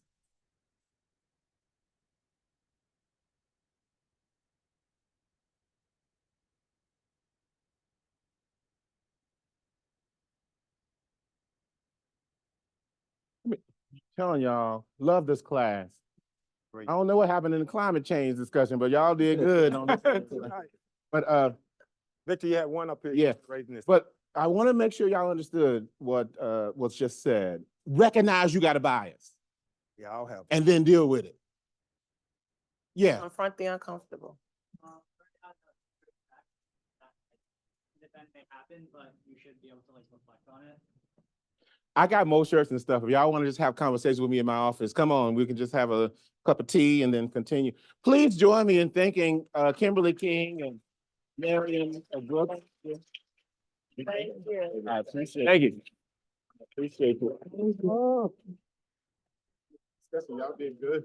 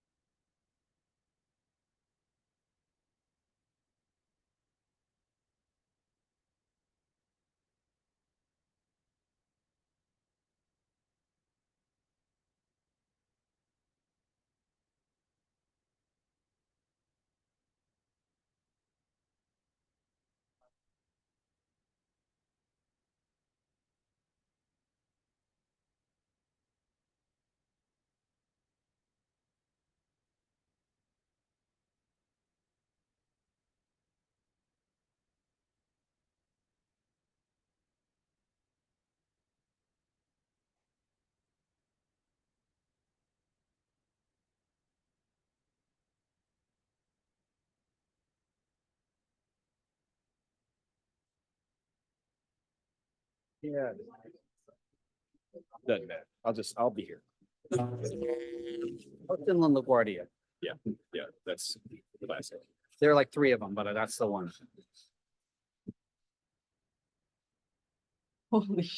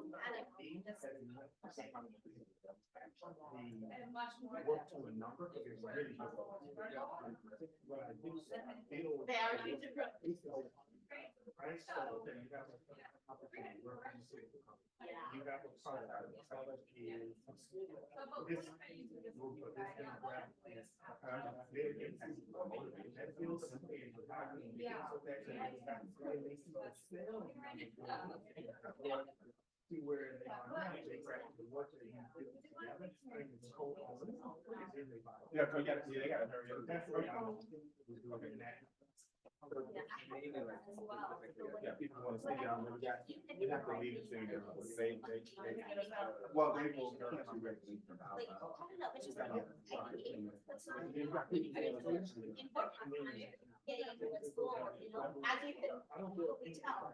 But like, and so the fact that, like, I remember something, the dental they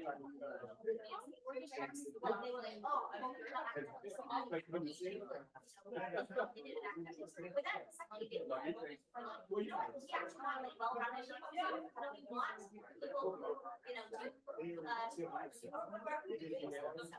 all the agents went to go and do this one. Then now they're saying, oh, well, actually now. No,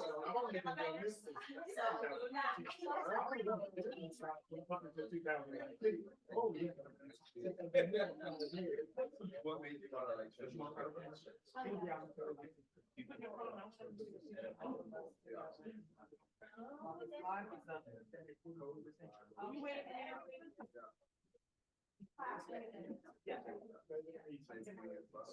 oh, and just send me that picture.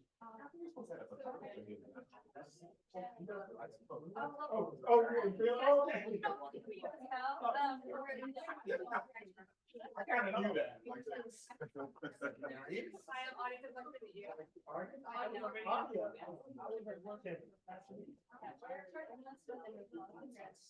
Yeah, they have an agenda quality. They're a powerhouse. We are the leaders in the pharmaceutical industry. 47.5% of our leadership is. I love to say that because when I started, it was nobody. Also, I see it online. It was a Filipino person in the comment section. Should I apply as an Asian or as a and then all the Asians got rushed into the section and were like, don't apply as Asian. You know, apply as Pacific Islander, you know? So it was really, maybe we can, yeah. They're being asked. Yeah,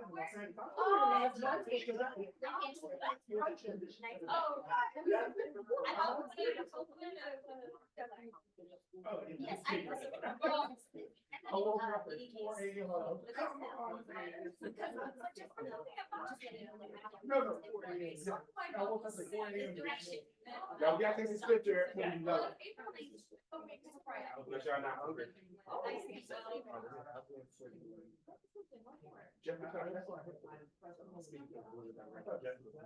He's coming. Okay. No matter what, I think whatever. Yeah, I was from you and like I remember. Yeah. I was looking over at her. Thank you. Bye. Connected, but I would love to come. My team would love to come. We're really proud of the work that we do. And it's actually under the net as well. Yeah, we got to be there. Everything's going on. Thank you so much. Pictures? We're gonna do by the sign or no? We branded however you want there. They shape it, so maybe I can kill that.